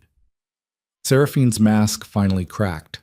For just a moment, rage and fear warred across her face. Then she locked it down, and when she spoke, her voice was venomous. You think that letter proves anything? Watermarks can be forged, handwriting can be copied. She looked past Kael to Rhea, and her smile turned cruel. And even if it were real, do you truly believe you'll leave this estate alive to use it? The guards around the courtyard shifted, weapons rising. Rhea counted quickly, at least 40 of them now, and more arriving every moment. They were surrounded. Kael didn't move. Are you really going to compound treason with open rebellion? I'm protecting my house from a king who's been compromised by dark magic. Seraphine's voice rose, addressing the guards and servants watching from windows. That creature he brought with him, she's corrupted him, used some kind of enchantment to create a false bond, to control him. Everything he's done since she appeared has been at her command. Murmurs rippled through the crowd. Some of the guards looked uncertain now, glancing between Kael and Rhea with suspicion. That's bullshit, Rhea said loudly. I didn't... Quiet. Seraphine's eyes locked on her. You've already done enough damage. Seduced the Alpha King, murdered the true celestial heirs and stolen their identity, used forbidden magic to fool the Heartstone. The Heartstone can't be fooled, Helena interjected. Everyone knows that. Everyone knows what they've been told. Seraphine spread her hands, playing to the crowd with practiced ease. But how much do we really understand about ancient magic? How can we be certain this glowing wolf isn't just an elaborate trick? She was good. Rhea had to give her that. Within minutes, she'd turned the narrative completely around, painting Rhea as the villain and herself as the protector of the kingdom. Enough. Kael's voice cut through the noise like a blade. You can spin whatever story you want, Seraphine, but the facts remain. You ordered my death. You tried to steal the throne, and now you're going to face justice for it. Am I? Seraphine smiled. You're outnumbered 4-1, surrounded by my loyal guards, miles from any reinforcements. How exactly do you plan to arrest me? Kael's answering smile was terrifying. By giving your guards a choice. He turned to address the assembled fighters, his voice carrying the full weight of Alpha Command. I am Kael Draven, Alpha King of the Northern Territories, and I am offering each of you clemency. Lay down your weapons now and you'll face no charges for defending your lady. You are following orders. I understand that. But if you continue to stand between me and a traitor, if you raise weapons against your rightful king, You become complicit in her crimes, and the punishment for that is death. The courtyard went silent. Rhea watched as the guards exchanged glances, saw the doubt spreading through their ranks. These were trained fighters, yes, but they weren't fanatics, and standing against the Alpha King was a line most of them weren't willing to cross. One by one, weapons lowered. Guards stepped back, creating space. Within a minute, only Seraphine's personal guard remained standing with her, the 6 who'd been on the steps. "Cowards!" Seraphine hissed. "All of you." "Smart," Kael corrected. He moved forward, closing the distance. "It's over, Seraphine. Come quietly, and I'll make sure your trial is fair." "Fair?" She laughed. The sound edged with hysteria. "There's nothing fair about this. You're too blind to see what she is, what she'll do to this kingdom." The celestial line was corrupt. They held too much power, answered to no one. My family helped end that threat 23 years ago, and I'd do it again. The courtyard erupted. Guards who'd lowered their weapons looked shocked. Servants gasped. Even Seraphine's personal guard looked uncertain now. "You just confessed," Helena said quietly, "to genocide." Seraphine realized her mistake a second too late. Her face went white, then red with fury. "It doesn't matter. None of you understand. The kingdom is better without them, stronger, and I won't let some feral pretender undo 23 years of progress." She moved fast, faster than Rhea expected. One moment she was standing on the steps, the next she had a dagger in her hand and was lunging at Kael with deadly precision. Kael caught her wrist mid-strike and twisted. The dagger clattered to the ground. Seraphine struggled, trying to break free, but Kael's grip was iron. "Arrest her," he ordered. 2 guards moved forward with chains. Seraphine screamed, thrashing violently, spitting curses that would have made a sailor blush. They wrestled her to the ground, locked the chains around her wrists and ankles. "You'll regret this," she snarled at Kael. "All of you will. When the truth comes out, when everyone sees what she really is, what I really am," Rhea said, stepping forward, "is the only survivor of a family you helped murder. And I'm going to make sure everyone knows exactly what you did." Seraphine's eyes locked on hers, filled with such pure hatred that Rhea actually took a step back. "You think you've won? You think catching me changes anything?" She started laughing, a horrible sound that raised goosebumps on Rhea's arms. "I was just one part of this. One piece. The conspiracy goes deeper than you can imagine. People you trust, people you think are allies. And when they come for you, and they will come, you'll wish you'd died with the rest of your cursed bloodline."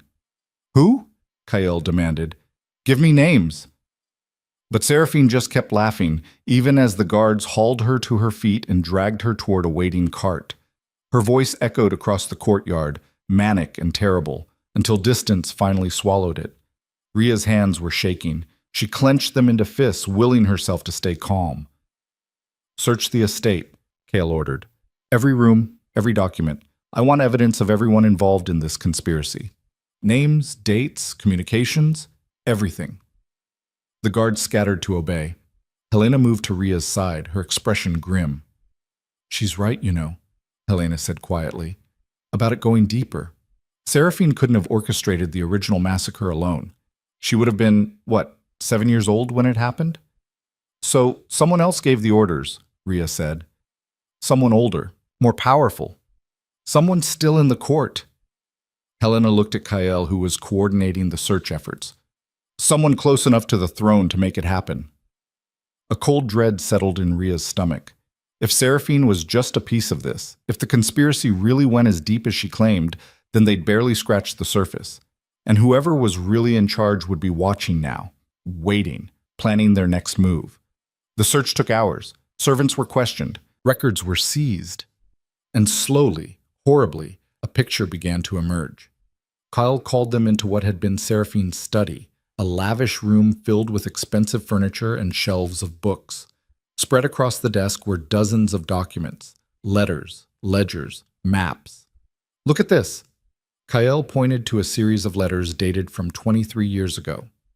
Correspondence between Seraphine's father and someone identified only as the architect, planning the massacre down to the smallest detail. Times, locations, which servants to bribe, which guards to replace. The architect, Helena read over his shoulder. That's not a name. It's a title. Or a code name. Cale shuffled through more papers. And it appears in documents spanning 2 decades. Recent ones, too. Orders regarding you, Rhea. Instructions to watch the borderlands for any sign of the last one. They knew someone might have survived. Rhea's blood ran cold. They've been looking for me for 23 years? And probably would have found you eventually if you hadn't wandered into that patrol. Cale's expression was grim. Coming to the capital might have actually saved your life. Out there, alone, with no protection, they could have killed you, and no one would have known. So who is the architect? Rhea demanded. There has to be something in here that identifies them. They searched for another hour, but whoever the architect was, they'd been careful. No names, no identifying details, just instructions and confirmations signed with that single title. We're missing something, Helena muttered, pacing. There has to be a pattern, some clue we're not seeing. Rhea leaned against the desk, exhaustion catching up with her. Her arm throbbed, her head ached, and the weight of everything, the massacre, the conspiracy, the knowledge that she was the last of her bloodline, pressed down until she could barely breathe. Then she saw it. A book on the shelf behind the desk, leather-bound and innocuous except for one detail. It was the only book not covered in dust. That one, she pointed. Someone's been reading it recently. Cale pulled it down and opened it. Pages fell out. No, not pages. Documents hidden inside a hollowed-out book. Letters, records, and a list of names. The blood drained from Kyle's face. What? Rhea moved to look over his shoulder, and her stomach dropped. The list was titled Co-Conspirators, Inner Circle, and at the top, in careful script, was a name she recognized. Chancellor Aldrich. Below him, Lord Thornwick, Lady Margot Ashford, Captain of the Royal Guard Silas Kane, and 6 others, all high-ranking members of the court. Helena? Kyle said slowly. Margot Ashford. Relation to you? Helena had gone white. My aunt. My grandmother's daughter. Her voice cracked. My grandmother trusted her, told her everything about the investigation before she died. I thought... She swallowed hard. I thought Aunt Margot was helping, continuing the work. She was feeding information to the conspiracy, Kyle said grimly. Probably has been for years, which means they know everything you know, everything your grandmother discovered. And everything we've done since, Rhea added. Helena's been reporting to her, hasn't she? Helena looked like she might be sick. Regular updates. I thought I was keeping her informed so she could help from the inside. But she was... She couldn't finish the sentence. It's not your fault, Kyle said, but his voice was tight. You couldn't have known. But now they do know, Rhea said. They know we're here. Know we found Seraphine. Know we have these documents. As if summoned by her words, a guard burst through the door, breathing hard. Your Majesty. Riders approaching from the east, at least 50, maybe more.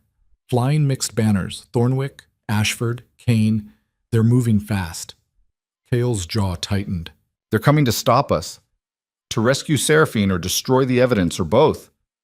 We can't hold this estate against 50, Marcus said, appearing behind the guard. Not with the forces we have.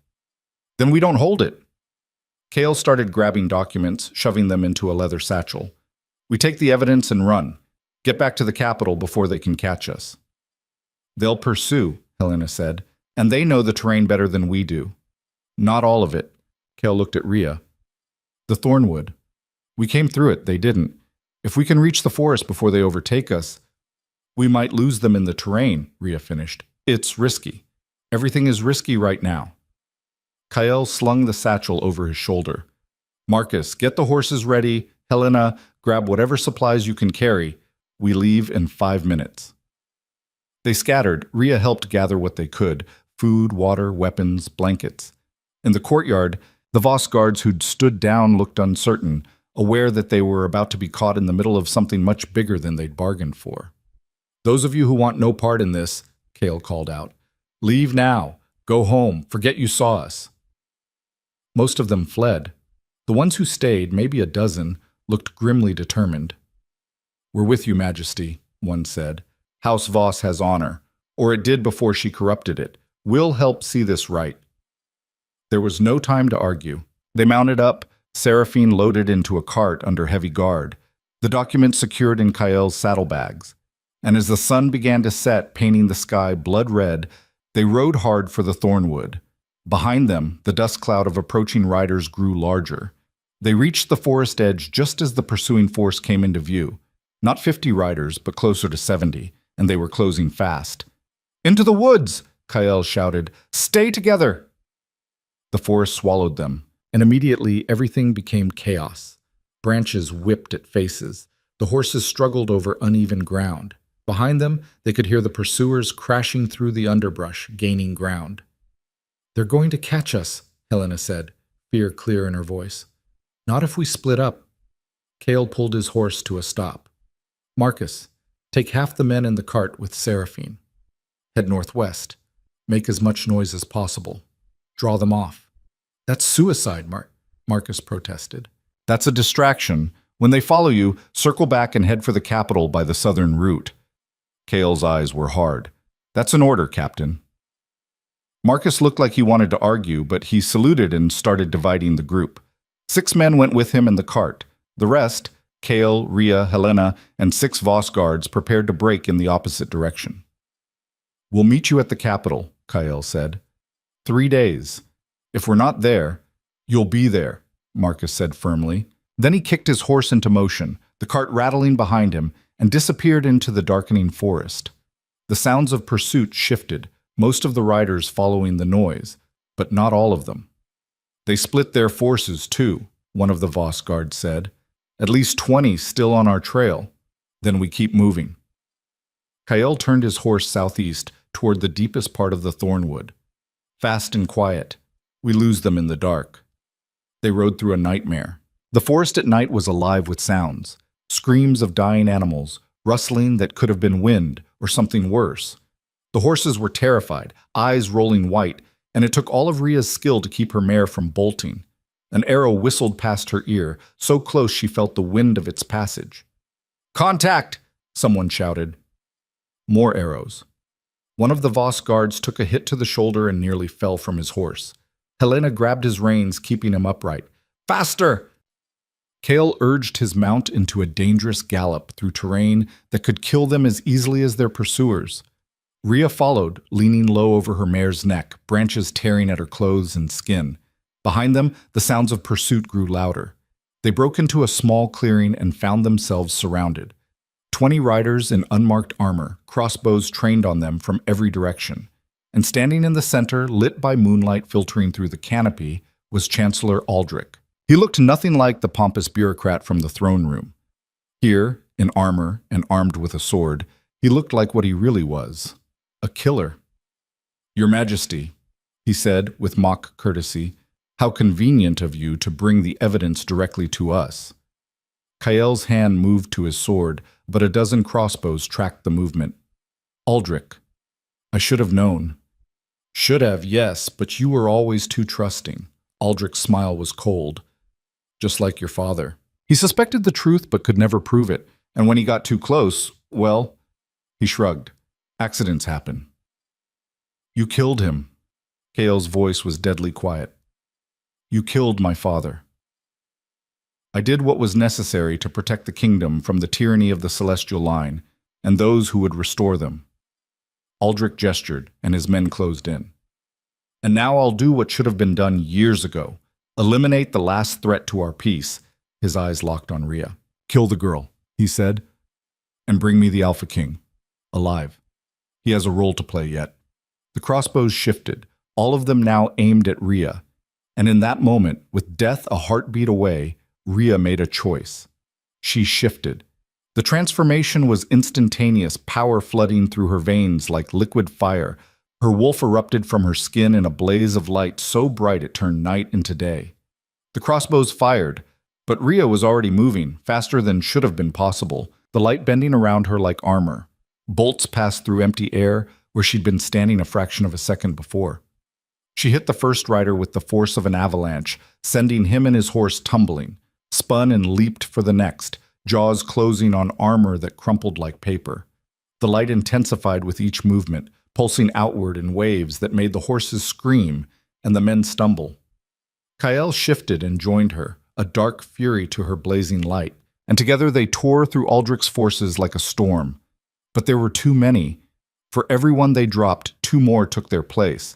Rhea took a sword cut across her side that burned like acid. Kael took a bolt to the shoulder and kept fighting. "Enough!" Aldrich's voice cut through the chaos. "Stand down or I start killing the others."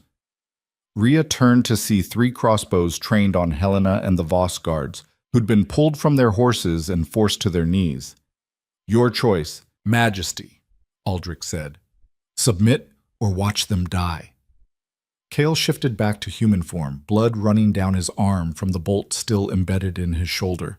His eyes met Rhea's, and through the bond she felt his rage and his helplessness.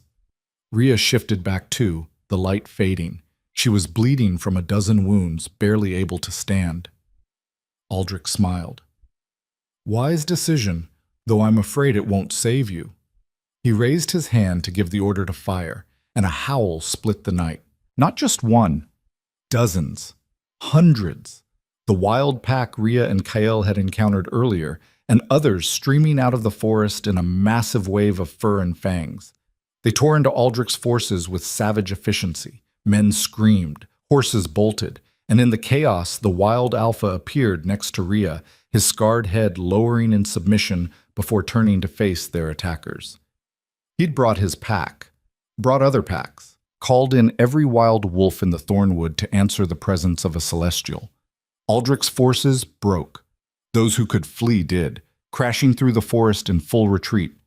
Those who couldn't fell to the wolves, their screams echoing through the trees. Within minutes, it was over. Aldrich himself had managed to escape, but his entire force was scattered or dead. The wild wolves circled Rhea, keeping a respectful distance, eyes reflecting the faint glow that still emanated from her skin. Kael moved to her side, pulling her against him as she swayed. "That was the most reckless, brilliant, insane thing I've ever seen."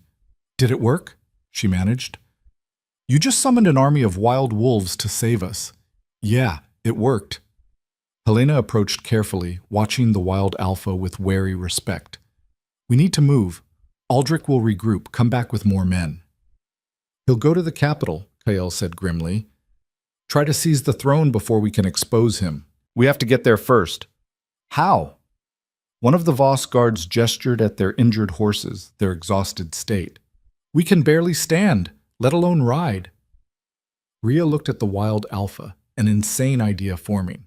Through the bond, she felt Kael realize what she was thinking. "No," he said. "That's impossible. Wild wolves don't—" The alpha huffed and lowered himself to the ground. An invitation. Rhea climbed onto his back, her hands buried in his thick fur. The wolf stood easily, bearing her weight like it was nothing. "Apparently they do," she said. One by one, the others mounted wild wolves. It was surreal, wrong, completely against every rule of nature. But the wolves allowed it, following Rhea's unspoken command. And when the pack began to run, moving through the forest with speed and sure-footedness no horse could match, Rhea felt something shift inside her. The power she'd been afraid of, the celestial blood she'd never asked for, it had just saved their lives. But as they raced toward the capital, leaving the Thornwood behind, she couldn't shake Seraphine's words. The conspiracy goes deeper than you can imagine. They'd captured one conspirator and identified several others. But the architect, the true mastermind behind 23 years of lies and murder, was still out there, still waiting, still watching. And they were riding straight into whatever trap had been laid for them, with nothing but evidence, wounded allies, and a pack of wild wolves that could turn on them the moment Rhea's control slipped. The capital's lights appeared on the horizon just as dawn broke, and somewhere in that city, Aldrich was already moving his pieces into place. The wild wolves stopped at the forest edge, refusing to go farther. Rhea slid from the alpha's back, her legs nearly buckling as she hit solid ground. The massive wolf regarded her for a long moment, golden eyes unreadable, then turned and led his pack back into the trees. "That was unsettling," Helena said, dismounting with considerably more grace. Wild wolves aren't supposed to respond to anyone. Nothing about the last 3 days has been normal, Kyle said, pulling the bolt from his shoulder with a grunt of pain. Blood welled up, but he ignored it. We're 2 miles from the main gate. We need horses. One of the Voss guards pointed to a farmstead in the distance. There. I know the family. They're loyal to the crown. They approached on foot, Rhea limping from the sword cut on her side and Kyle moving stiffly from his shoulder wound. The farmer took one look at the Alpha King covered in blood and nearly fainted, but he provided horses without question and didn't ask why they looked like they'd fought a war. The ride to the Capitol gates took 20 minutes that felt like hours. Every shadow could hide an assassin. Every person they passed could be working for Aldrich. Rhea's hand never left the knife at her belt. The guards at the gate snapped to attention when they recognized Kyle, but their eyes widened at his condition. Your Majesty, where's Chancellor Aldrich? Kale demanded. The palace, sire. He arrived 3 hours ago with Lord Thornwick and Lady Ashford, called an emergency council session. Kale's jaw tightened. On whose authority?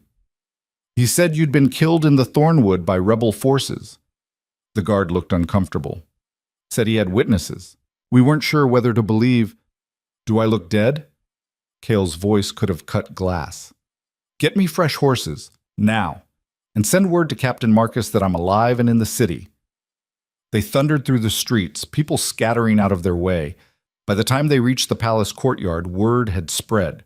Servants pressed against windows, guards lined the walls, and standing on the palace steps looking like he'd seen a ghost was Lord Thornwick. He turned and fled inside. Helena, stay with the horses, Kyle ordered. Voss guards, secure the courtyard. No one leaves. Rhea. He looked at her. I need you with me. Wasn't planning on going anywhere else. They dismounted and strode into the palace. The main hall was packed. Council members, nobles, high-ranking officials, all gathered for what was apparently supposed to be Kyle's memorial. The conversations died the moment he appeared. Aldrich stood at the front of the hall, mid-speech, his face going from shocked to pale to desperate in the span of 3 seconds. Your Majesty, he managed. We thought you were dead. The report said the reports were premature. Kyle's voice rang through the hall. And convenient. You declare me dead, call an emergency session, and what? Were you about to nominate yourself as regent? Of course not. I was merely trying to ensure continuity of... Shut up. Kyle gestured to the guards flanking the doors. Arrest Chancellor Aldrich for high treason, conspiracy to commit regicide, and the murder of the celestial royal family. The hall erupted in chaos. Aldrich backed away, hands raised. This is madness. You have no proof. I have plenty. Kyle threw the leather satchel onto the council table. Documents spilled out, letters and ledgers and lists of names.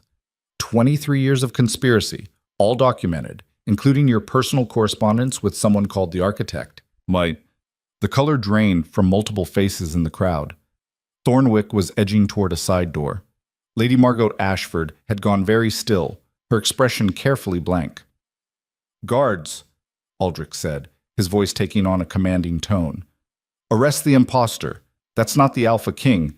It's a shapeshifter sent by our enemies to sow discord. Several guards actually hesitated, hands moving to weapons. The tension in the room ratcheted up to breaking point. Kyle's eyes blazed gold. The full weight of his alpha presence slammed into the room like a physical force, dropping half the people to their knees. Does a shapeshifter feel like this? The guards who'd hesitated immediately prostrated themselves. Forgive us, Majesty. Arrest him, now! 4 guards moved on Aldrich. He tried to run, made it 3 steps before they tackled him to the ground. The chains went on amid his protests and threats, but no one was listening anymore. Lord Thornwick, Kyle said softly. Going somewhere? Thornwick froze at the side door. I just needed air. You needed to escape before I could present evidence of your involvement. Kyle nodded to more guards. Arrest him too. This is an outrage. I'm a lord of the realm. You can't just... Watch me. Kyle's voice was ice. Lady Margot Ashford, step forward.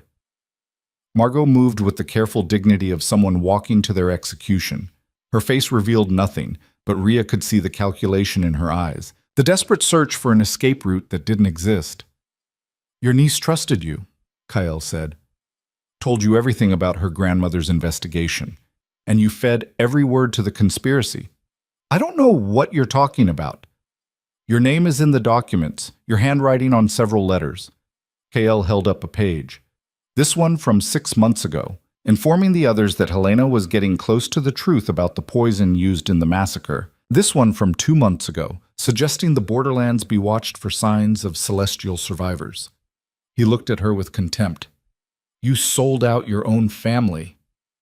Margot's mask finally cracked. You don't understand. The Celestials were dangerous. They held power that no one should have, power that could bend the will of entire packs, that could override the natural order. We did what was necessary to prevent tyranny. You committed genocide, Rhea said, her voice shaking with rage. Murdered children, babies, people who'd done nothing wrong except be born with the wrong bloodline. They would have grown into threats. Margot's eyes were cold. Just like you. That light, that ability to command wolves, you think that's a gift? It's a weapon, one that will eventually corrupt you into believing you're above all laws, all consequences. The only corruption I see is yours. Kale gestured to the guards. Arrest her. Margot didn't resist as the chains went on. She just smiled, a horrible expression that made Rhea's skin crawl. This won't stop it. The architect is still out there, still planning, and you'll never find them. We'll see about that. Kale turned to address the hall. Anyone else involved in this conspiracy has one chance to come forward. Confess now, cooperate fully, and I'll show mercy. Stay silent, and when I find you, and I will find you, the punishment will be severe. Silence. No one moved. Then a voice from the back. I have information. A young man stepped forward, one of the lesser nobles Rhea didn't recognize. He looked terrified but determined. I wasn't involved directly, but I overheard conversations. My father, Lord Kellen, he's been meeting secretly with Aldrich and the others for months, planning something big. Where's your father now? Kyle asked. His estates, 2 days south. He left this morning, said he had urgent business. He's running. Kale looked at his guards. Send riders. I want Lord Kellen in custody by tomorrow. The young noble swallowed hard. There's more. 3 nights ago, I heard them talking about someone they called the architect. They said this person had been planning the restoration of the old order for decades, that killing the Celestials was just the first step. Did they say who it was? No, but... The noble hesitated. They spoke with reverence, fear even. Whoever the architect is, they're powerful enough that even Aldrich takes orders from them. Rhea felt a chill.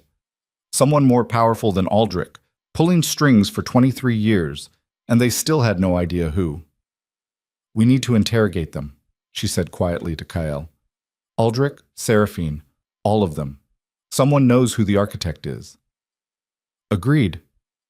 Kyle looked exhausted, his shoulder still bleeding through the makeshift bandage. But first we need healers, and you need to address the court. Me? You're the last Celestial, the living proof of what they tried to erase. Kale's eyes were serious. These people need to see you, hear from you, understand what was lost. Rhea's throat tightened.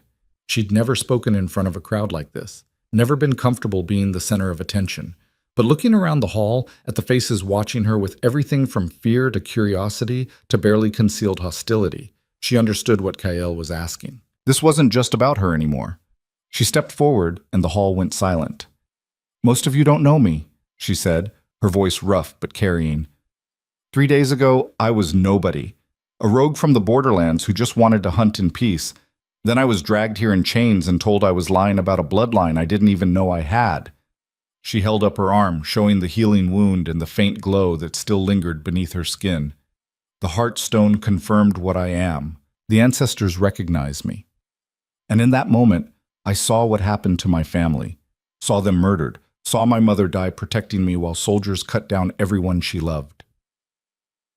The room was utterly still.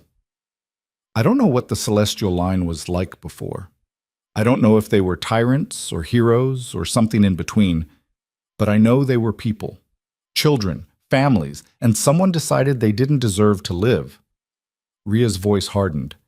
That's not justice. That's not protection. That's murder, and everyone involved is going to answer for it. She looked directly at Aldrich, chained and kneeling on the floor. You can call me dangerous, you can claim I'm a threat, but I'm not the one who ordered the deaths of innocents. I'm not the one who's been lying to this kingdom for 23 years. That was you. Aldrich's face twisted with rage, but he said nothing. Ria turned back to the crowd. I didn't ask to be here, didn't ask to be the last of my bloodline or to carry this power or any of it. But I am here, and I'm going to make sure the truth comes out. All of it. No matter who it hurts. The silence stretched for a long moment. Then someone started clapping. It was a young woman in servant's clothes standing near the back.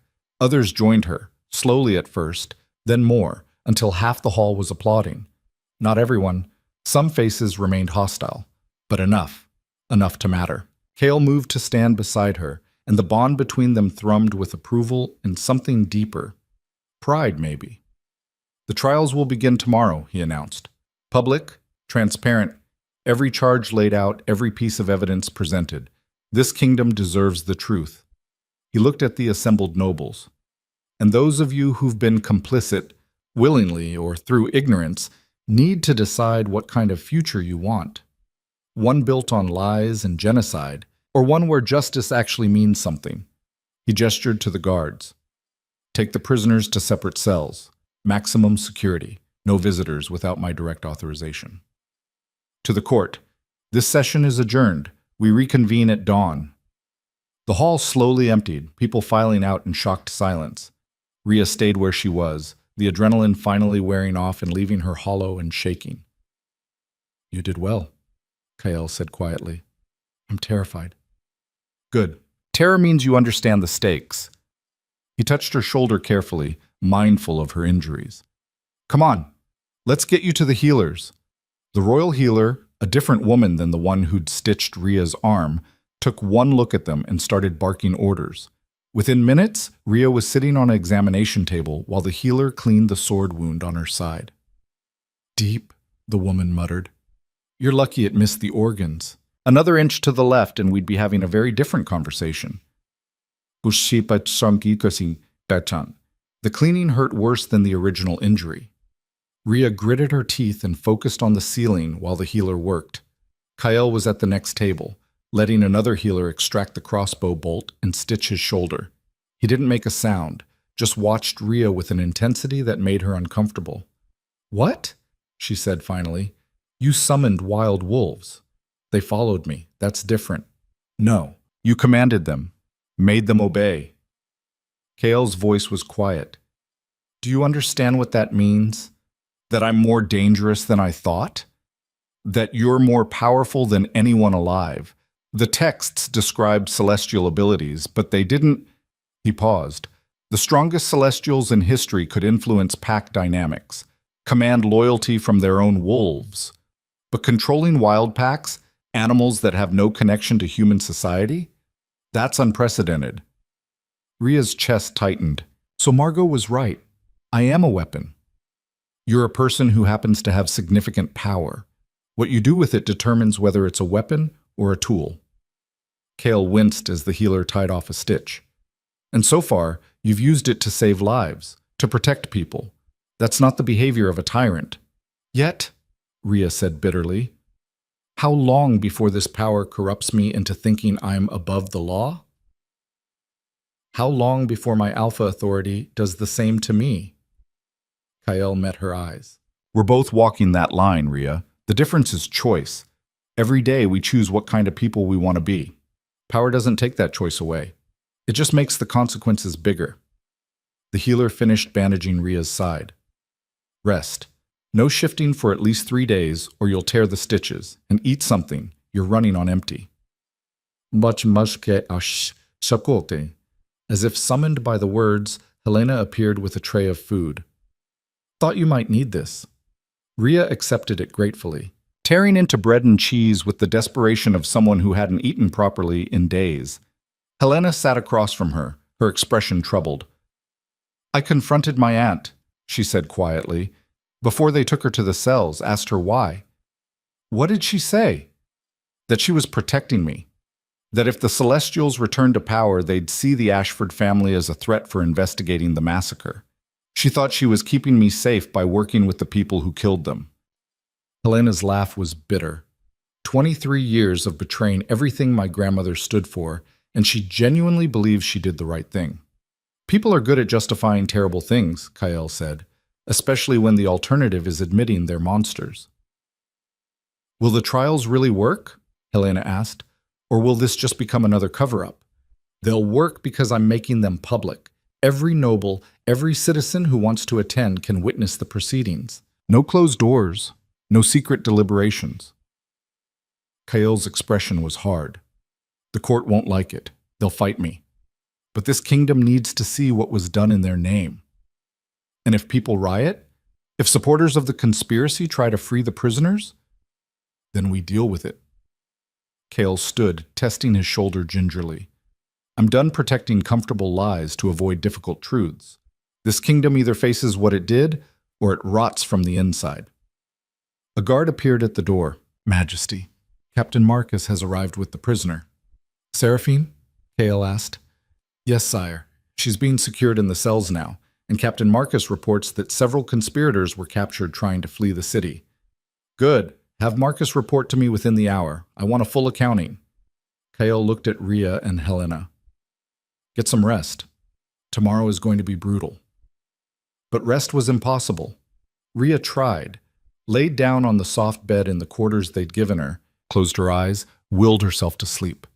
But every time she started to drift off, she saw the massacre again. Heard screams, smelled blood. Around midnight, she gave up and went looking for distraction. The palace at night was a different place, quiet, shadowed, with guards stationed at regular intervals. They nodded respectfully as she passed, no longer looking at her like a threat. Word had spread fast. She found herself drawn to the library, a massive room filled with books she couldn't read and documents she couldn't parse. But there was a fire burning in the hearth, and the warmth was comforting. She wasn't alone. Kael sat in a chair by the fire, surrounded by stacks of papers, his reading interrupted by her arrival. Can't sleep either? She asked. Too much to do. He gestured to the papers. Reading through every document we seized, looking for patterns, trying to figure out who the architect could be. Rhea settled into the chair across from him. Any luck? Nothing concrete, but there's a pattern in the correspondence. The architect gives orders, but they also provide resources. Money, weapons, information. Whoever they are, they have significant wealth and access to sensitive intelligence. That describes half the nobility. Exactly the problem. Kael rubbed his eyes tiredly. But there's something else. The way the others write to them. There's deference, but also familiarity. Like they're not just obeying a superior, they're following someone they respect, maybe even care about. A mentor figure, Rhea said slowly. Someone who's been guiding them for years. Someone who was probably involved in the original massacre, which means they're at least in their 40s now, probably older. Kael pulled out a list. I've narrowed it down to 17 possibilities. High-ranking nobles who were adults 23 years ago, who have the resources to fund a decades-long conspiracy, and who've been present in the court for most of that time. Rhea scanned the names. Some she recognized from the throne room. Others were unfamiliar. How do we narrow it further? By breaking the conspirators we have. Someone knows who the architect is. They just need the right motivation to talk. Kael's smile was cold. And I'm very good at providing motivation. What about the bond? Rhea asked suddenly. Between us, does that complicate things?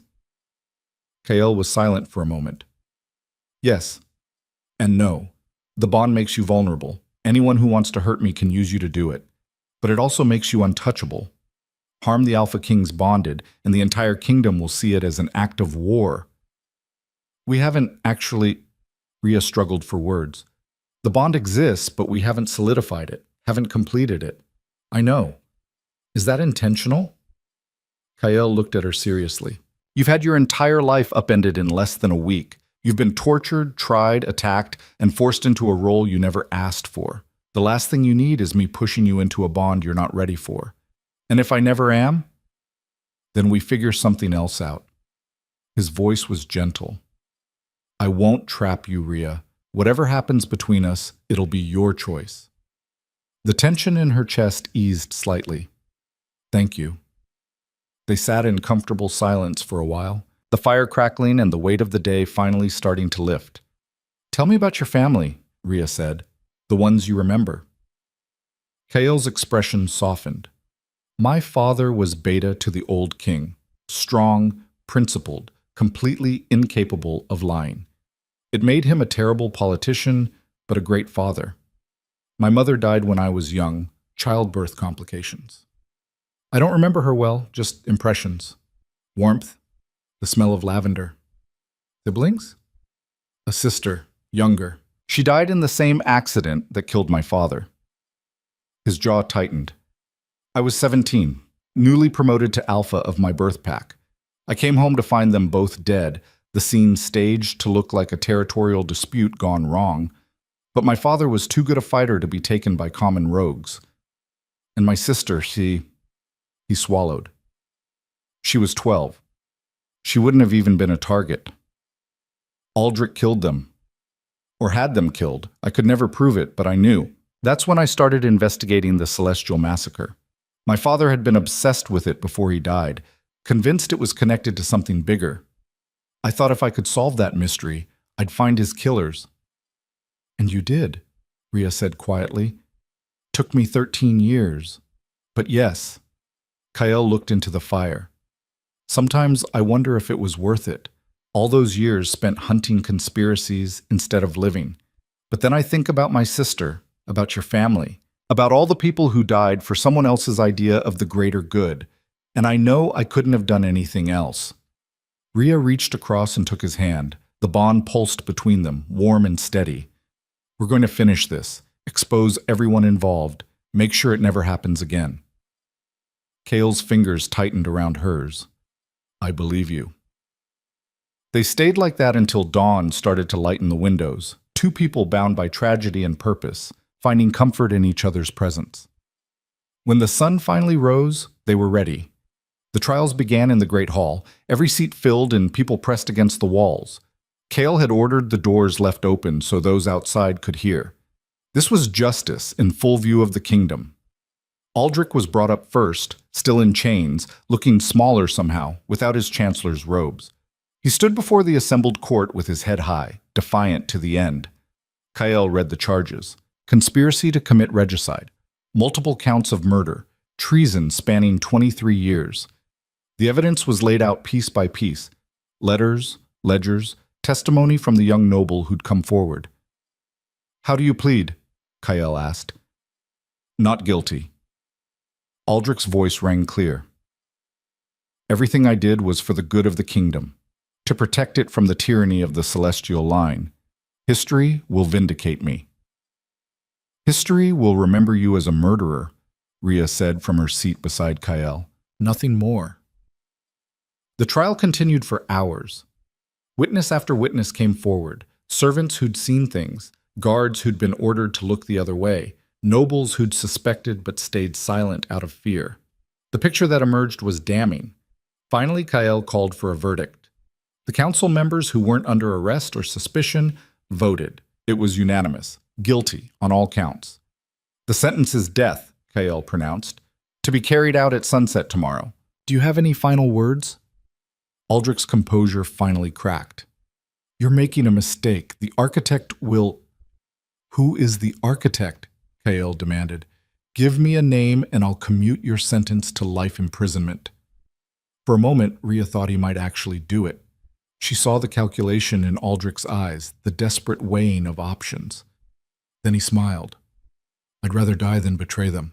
And you'll never find them on your own. They're too careful, too patient. You're hunting a shadow. We'll see about that. Kael gestured to the guards. Take him back to his cell. As Aldrich was led away, he looked back at Rhea one last time. They'll come for you eventually, and when they do, all your power won't save you. The trials continued. Thornwick next, then Lady Margot, then the others. One by one, they were found guilty. One by one, they were sentenced. But none of them would name the architect. By the time the sun set, 6 conspirators had been condemned and a dozen more were awaiting trial. It should have felt like victory, but Rhea couldn't shake the feeling that they were missing something crucial. That night, she stood on a balcony overlooking the Capitol, watching lights flicker in thousands of windows. Somewhere down there, the architect was watching too, planning their next move. Kyle joined her, his presence solid and reassuring. "You're thinking about them." "Can't help it. We cut off the arms, but the head is still out there. We'll find them. We have time now. With the main conspirators in custody or dead, the architect has lost most of their power structure. They'll have to make a move eventually, and when they do, we'll be ready," Rhea finished. She leaned against him, feeling the bond settle into something comfortable. They stood like that for a long time, 2 people who'd found each other in the worst possible circumstances and somehow made it work. "Thank you," she said quietly. "For what?" "For believing me. For fighting for me. For—" She gestured helplessly. "All of it." Cale turned her to face him, his hands gentle on her shoulders. "You don't need to thank me for doing what's right. And for what it's worth, I think you're the strongest person I've ever met. Everything you've survived, everything you've fought through, you didn't just endure it, you conquered it. We're not done yet. No. But we're winning, and that's more than we had a week ago." He kissed her forehead, careful and chaste, and Rhea felt something in her chest unlock. The fear she'd been carrying, the certainty that this would all fall apart. It didn't disappear, but it lessened. They had work ahead, trials to finish, a mastermind to hunt, a kingdom to rebuild.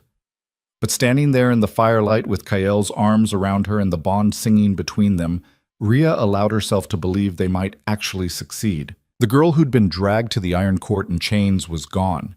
In her place stood someone new, someone stronger, someone who would make damn sure that justice, real justice, finally came to the kingdom that had tried so hard to erase her. The executions were carried out at sunset the next day in the central square, witnessed by thousands. Rhea stood on the platform beside Kael, forcing herself to watch as Aldrich and the others faced the consequences of their crimes. She owed her family that much, to see justice done, even when it turned her stomach. Aldrich went to the block still defiant, his last words a curse against the celestial line that echoed across the silent crowd. Then the blade fell, and it was over. Rhea felt nothing, no satisfaction, no closure, just a hollow exhaustion that settled in her bones. "It's done," Kael said quietly as they walked back to the palace. "The main conspirators are gone. The others await trial, but the immediate threat is over. Except for the architect. Except for them." His jaw tightened. "But we'll find them. I've had investigators combing through every document we seized. Someone will make a mistake, leave a trail we can follow." 3 days passed. 3 days of trials and testimonies, of breaking down the conspiracy piece by piece. More names emerged. More arrests were made. The scope of it was staggering. What had started as a plot to eliminate the Celestials had grown into a network of corruption spanning 2 decades. On the 4th morning, Rhea woke to find Helena standing in her chambers, her face pale and drawn. "What's wrong?" Rhea sat up, immediately alert. "The investigators found something in Margot's private study." Helena's voice was shaking. Hidden compartment behind a bookshelf, more letters, and a journal. Cale was already in his study when they arrived, the journal spread open on his desk. He looked up as they entered, his expression grim. "It's all here," he said. "The entire conspiracy. Names, dates, motivations. Your aunt kept detailed records of everything." "Why would she do that?" Helena asked. "Insurance, probably, or arrogance. Doesn't matter now." Kael turned the journal so they could see. "The architect's identity is in here, along with proof of everything they've done." Rhea's heart hammered as she leaned over the desk. The handwriting was precise, almost clinical, documenting meetings and decisions with the detachment of someone recording history rather than participating in genocide. And there, on a page dated 23 years ago, was the name they'd been searching for. Rhea's blood turned to ice. "No," she breathed. "That's not possible." Cale's expression was carved from stone. I wish it wasn't, but the evidence is irrefutable. The name written in Margot's careful script was one Rhea had heard dozens of times over the past week. Someone who'd been present at every trial, who'd voted on every verdict, who'd stood beside Kyle as a trusted advisor through all of this. Lady Vera Ashcroft, the eldest member of the Alpha Council, a woman in her 70s who'd served the crown for 5 decades, who'd been like a grandmother to Kyle after his parents died, who everyone trusted implicitly. She can't be the architect, Helena said desperately. Lady Ashcroft has been fighting corruption for years. She's helped us. She's been controlling us. Kyle's voice was hollow. Every step we've taken, every move we've made, she's been 3 steps ahead because we told her everything. I told her everything. Rhea flipped through the journal, horror mounting with each page. It was all there. How Vera had orchestrated the original massacre, framing it as a plague while systematically poisoning the celestial line. How she'd spent 23 years consolidating power, placing her people in key positions, building a shadow government beneath the official one. How she'd let Aldrich and the others believe they were in charge while she pulled every string. The assassination attempt in the Grove, Rhea said, her mind racing. She knew we'd survive, knew we'd come back with evidence against Aldrich and the others, because she wanted them gone. Kyle's fist clenched on the desk. They were becoming liabilities. Too visible, too prone to mistakes, so she used us to eliminate them while keeping herself above suspicion. Where is she now? Helena asked. The council chamber. I called a session an hour ago to discuss the final trials. Kyle looked at them both. She's waiting for us, probably wondering what's taking so long. We need to arrest her immediately, Rhea said. Not yet. Kyle's eyes were cold and calculating. If we move too fast, she'll have time to activate whatever contingency plans she's made. We need to do this smart. Get her to confess in front of witnesses she can't intimidate or kill. How? By making her think she's won. 20 minutes later, they entered the council chamber.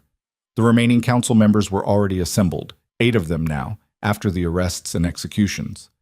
Lady Vera sat at the head of the table, silver hair perfectly coiffed, hands folded serenely. She looked like someone's kind grandmother, not a mastermind responsible for the deaths of dozens.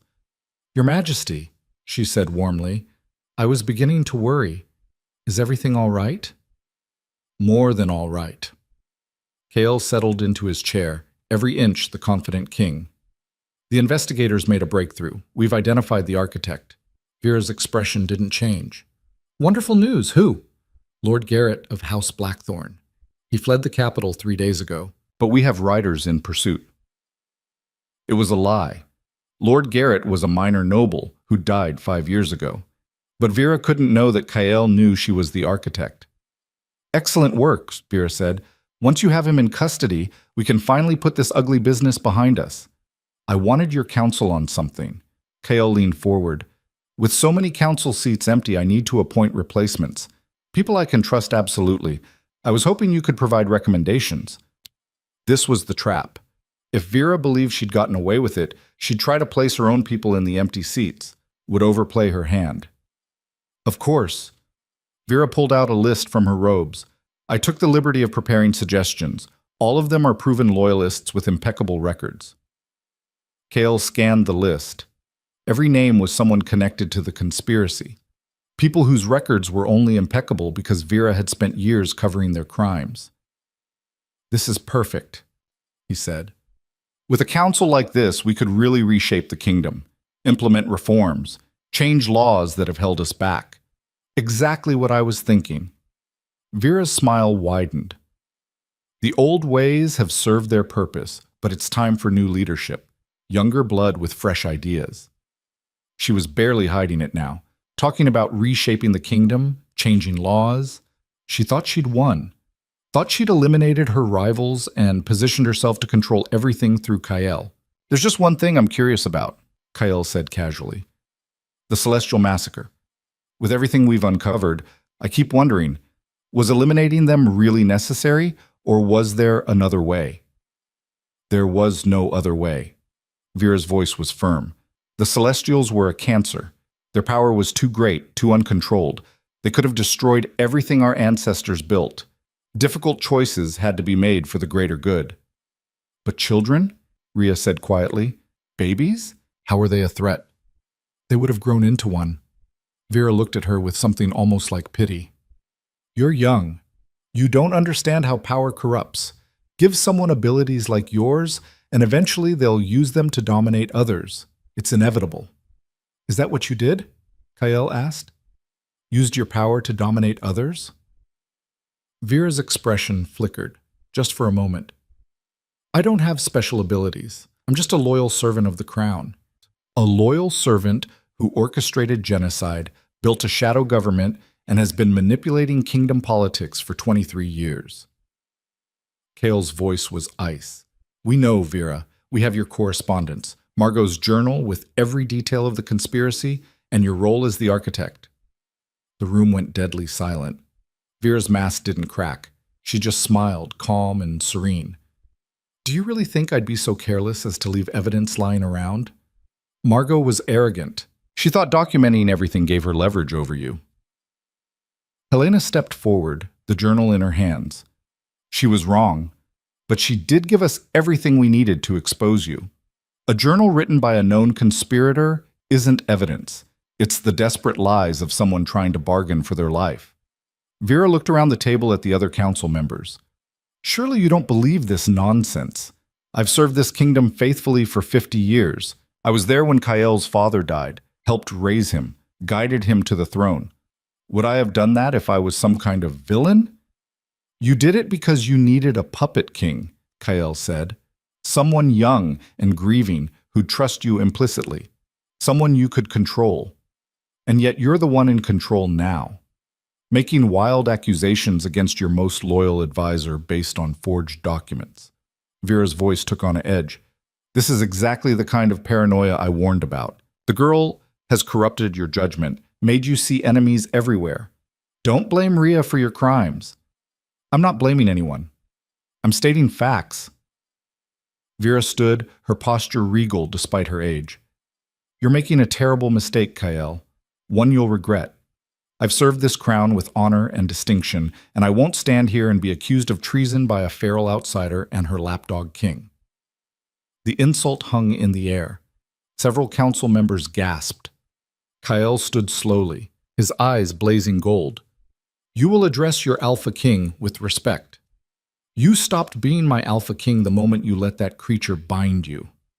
Vera's composure finally shattered, revealing the contempt beneath. I spent 50 years building a stable kingdom, eliminating threats, ensuring peace, and you're destroying it all for some glowing mongrel who should have died with the rest of her cursed bloodline. There it was, the confession. So you admit it, Rhea said. You ordered the massacre. Of course I did. Vera's smile was terrible. And I'd do it again. The Celestials were a threat to everything, to order, to structure, to the carefully balanced power that keeps this kingdom from tearing itself apart. They had to be removed. Even the children, especially the children, can't leave loose ends. Vera looked at Rhea with cold calculation. You're proof of that. I should have made sure the job was finished, should have hunted down every last survivor instead of assuming the Borderlands would do it for me. Why? Kael's voice was raw.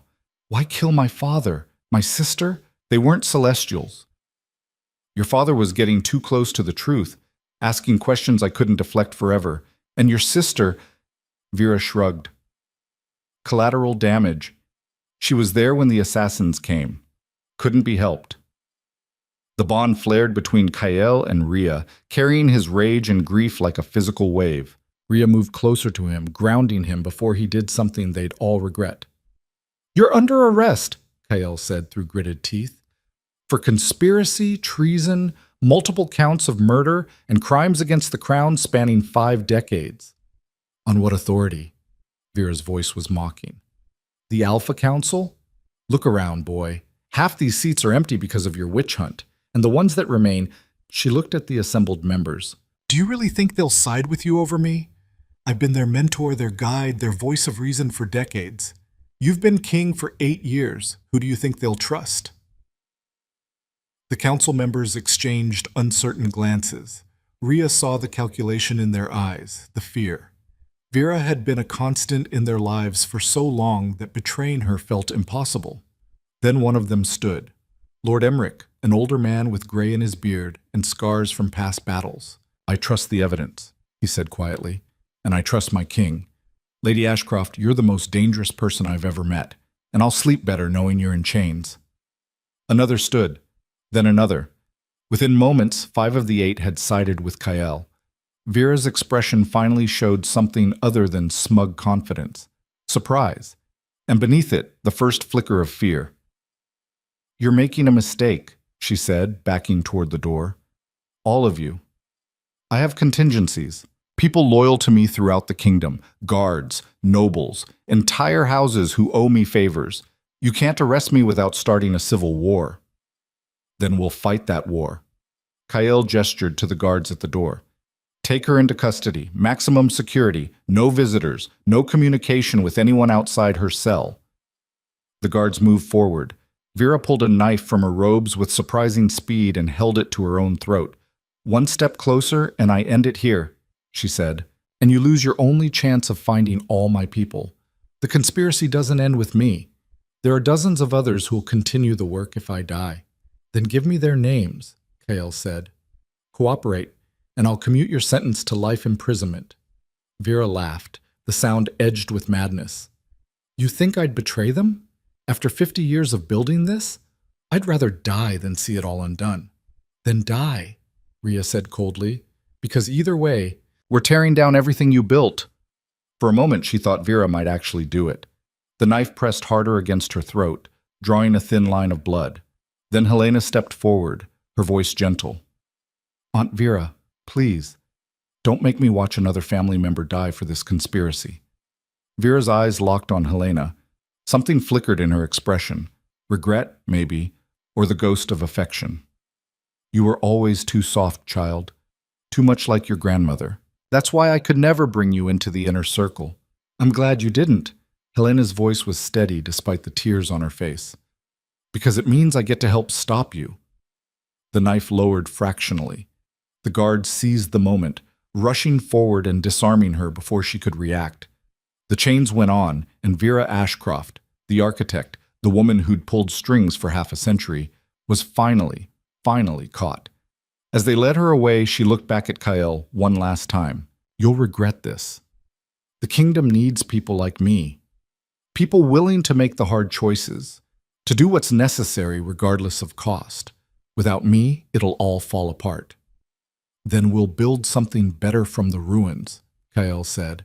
"Something that doesn't require genocide to function." The door closed behind her, and the room collectively exhaled. "It's really over," Helena said, sounding stunned. "Not quite." Kael pulled out the list of names from Vera's recommendations. "We still need to root out her remaining supporters, and rebuild the council, and repair the damage 50 years of shadow government has done to our institutions." He looked exhausted. "This is going to take years." "But we have years now," Rhea said. "Without Vera pulling strings, we can actually fix things." The interrogation started immediately. Vera, faced with irrefutable evidence and no allies left to protect her, finally broke. Over 3 days of questioning, she gave up every name, every safe house, every contingency plan she'd put in place. The scope of her conspiracy was staggering. It touched nearly every major house in the kingdom, corrupted dozens of officials, and had tendrils reaching into neighboring territories. But now it was exposed. And slowly, methodically, they began cutting it out. More arrests followed. More trials. Some of the accused cooperated, providing additional evidence in exchange for reduced sentences. Others went to their deaths defiant, believing they'd been serving a righteous cause. Rhea attended every trial, every execution, bore witness to the dismantling of the conspiracy that had stolen her family. It was exhausting, emotionally draining, but necessary. And through it all, the bond between her and Kael grew stronger. They worked together to reshape the council, to draft new laws preventing this kind of concentrated power from ever forming again. They made mistakes, plenty of them, but they learned and adapted. The kingdom watched their partnership with mixed reactions. Some celebrated it, seeing in Rhea a symbol of justice and renewal. Others feared her, whispered that she was manipulating the Alpha King just as Vera had. But slowly, as months passed and Rhea proved herself through action rather than words, the fear diminished. 6 months after Vera's arrest, Kyle called Rhea to the Heartstone. They stood in the ancestor grove at sunset, the massive crystal glowing softly in the fading light. It had become a place of pilgrimage for wolves wanting to understand the celestial line, to pay respects to those who'd been murdered. "I wanted to show you something," Kyle said, leading her to the base of the stone where new carvings had been added. Names, dozens of them. Every member of the celestial line who died in the massacre. We found records, survivors who remembered, pieced together a complete list. Your family, Rhea, all of them. Rhea's throat tightened as she read the names. Some were familiar from the visions the Heartstone had shown her. Others were strangers, but they were all connected to her by blood and tragedy. At the bottom of the list, in letters that seemed to glow faintly, was one name that stood alone. Rhea Thorne. Survived.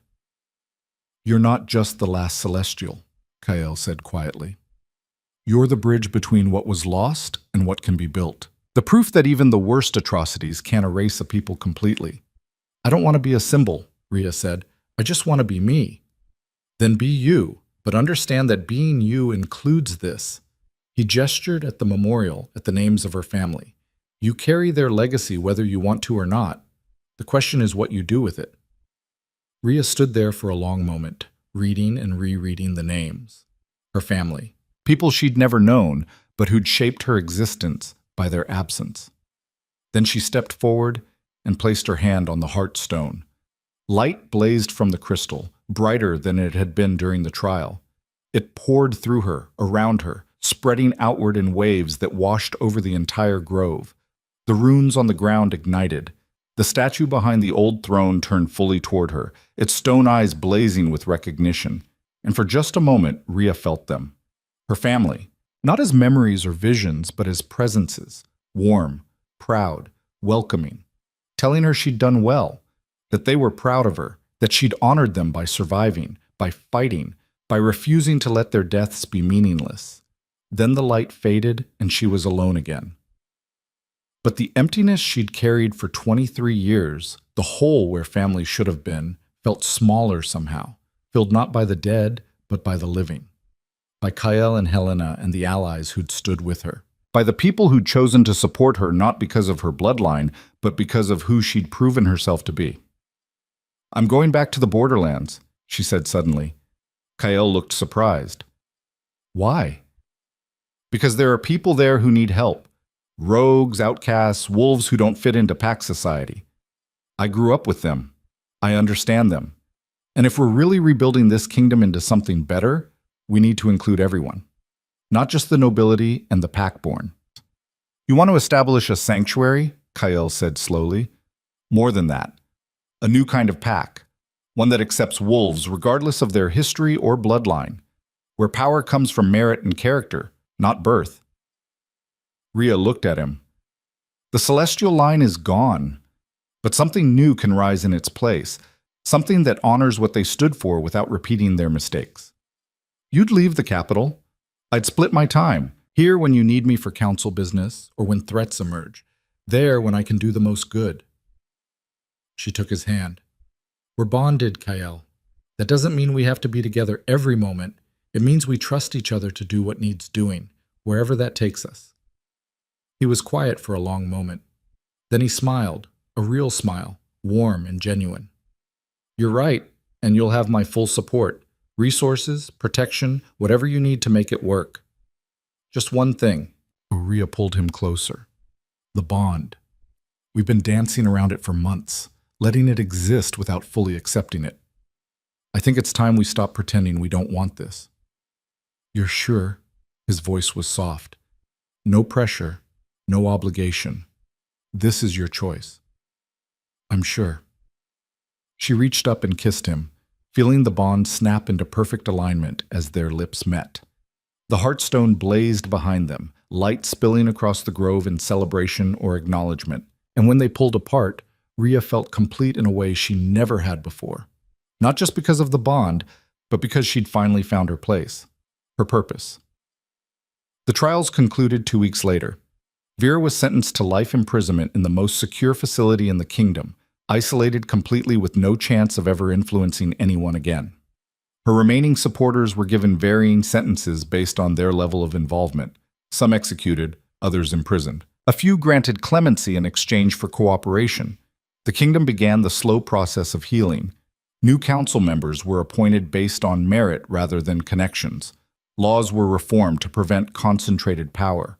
And slowly, carefully, the shadow government Vera had built was dismantled.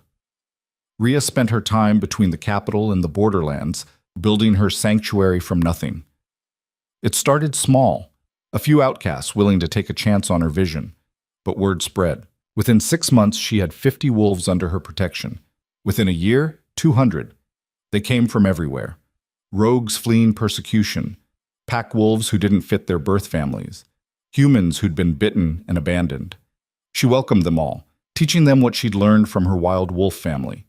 How to survive, how to trust, how to build something new from the ruins of what they'd lost. And they thrived. The other packs watched with suspicion at first, but as Rhea's sanctuary proved stable and beneficial to the kingdom as a whole, the resistance faded. Some even sent their own outcasts, wolves they couldn't accommodate but didn't want to abandon completely. 2 years after the conspiracy's exposure, Kael visited the sanctuary for the first time since its founding. Rhea met him at the border, where a small town had grown up around the original camp. "This is incredible," he said, looking around at the organized chaos. Wolves training together, children playing, humans and wolves coexisting in ways the capital still struggled with. "It's messy," Rhea corrected. "We fight, we make mistakes. Last week someone tried to challenge me for leadership and I had to put them in their place. The week before that, 2 families got into a blood feud over hunting territory that I'm still mediating. But they're here, they're trying. That's what matters." They walked through the town, Rhea pointing out improvements and problems in equal measure. She'd learned to be honest about both, to celebrate successes without hiding failures. At the center of the town was a memorial, not as grand as the one at the Heartstone, but meaningful. Names of wolves who'd died as outcasts, rejected by their packs, who'd found home here in their final days. "We remember everyone," Rhea said. "Not just the powerful or the successful, everyone who tried to build something better."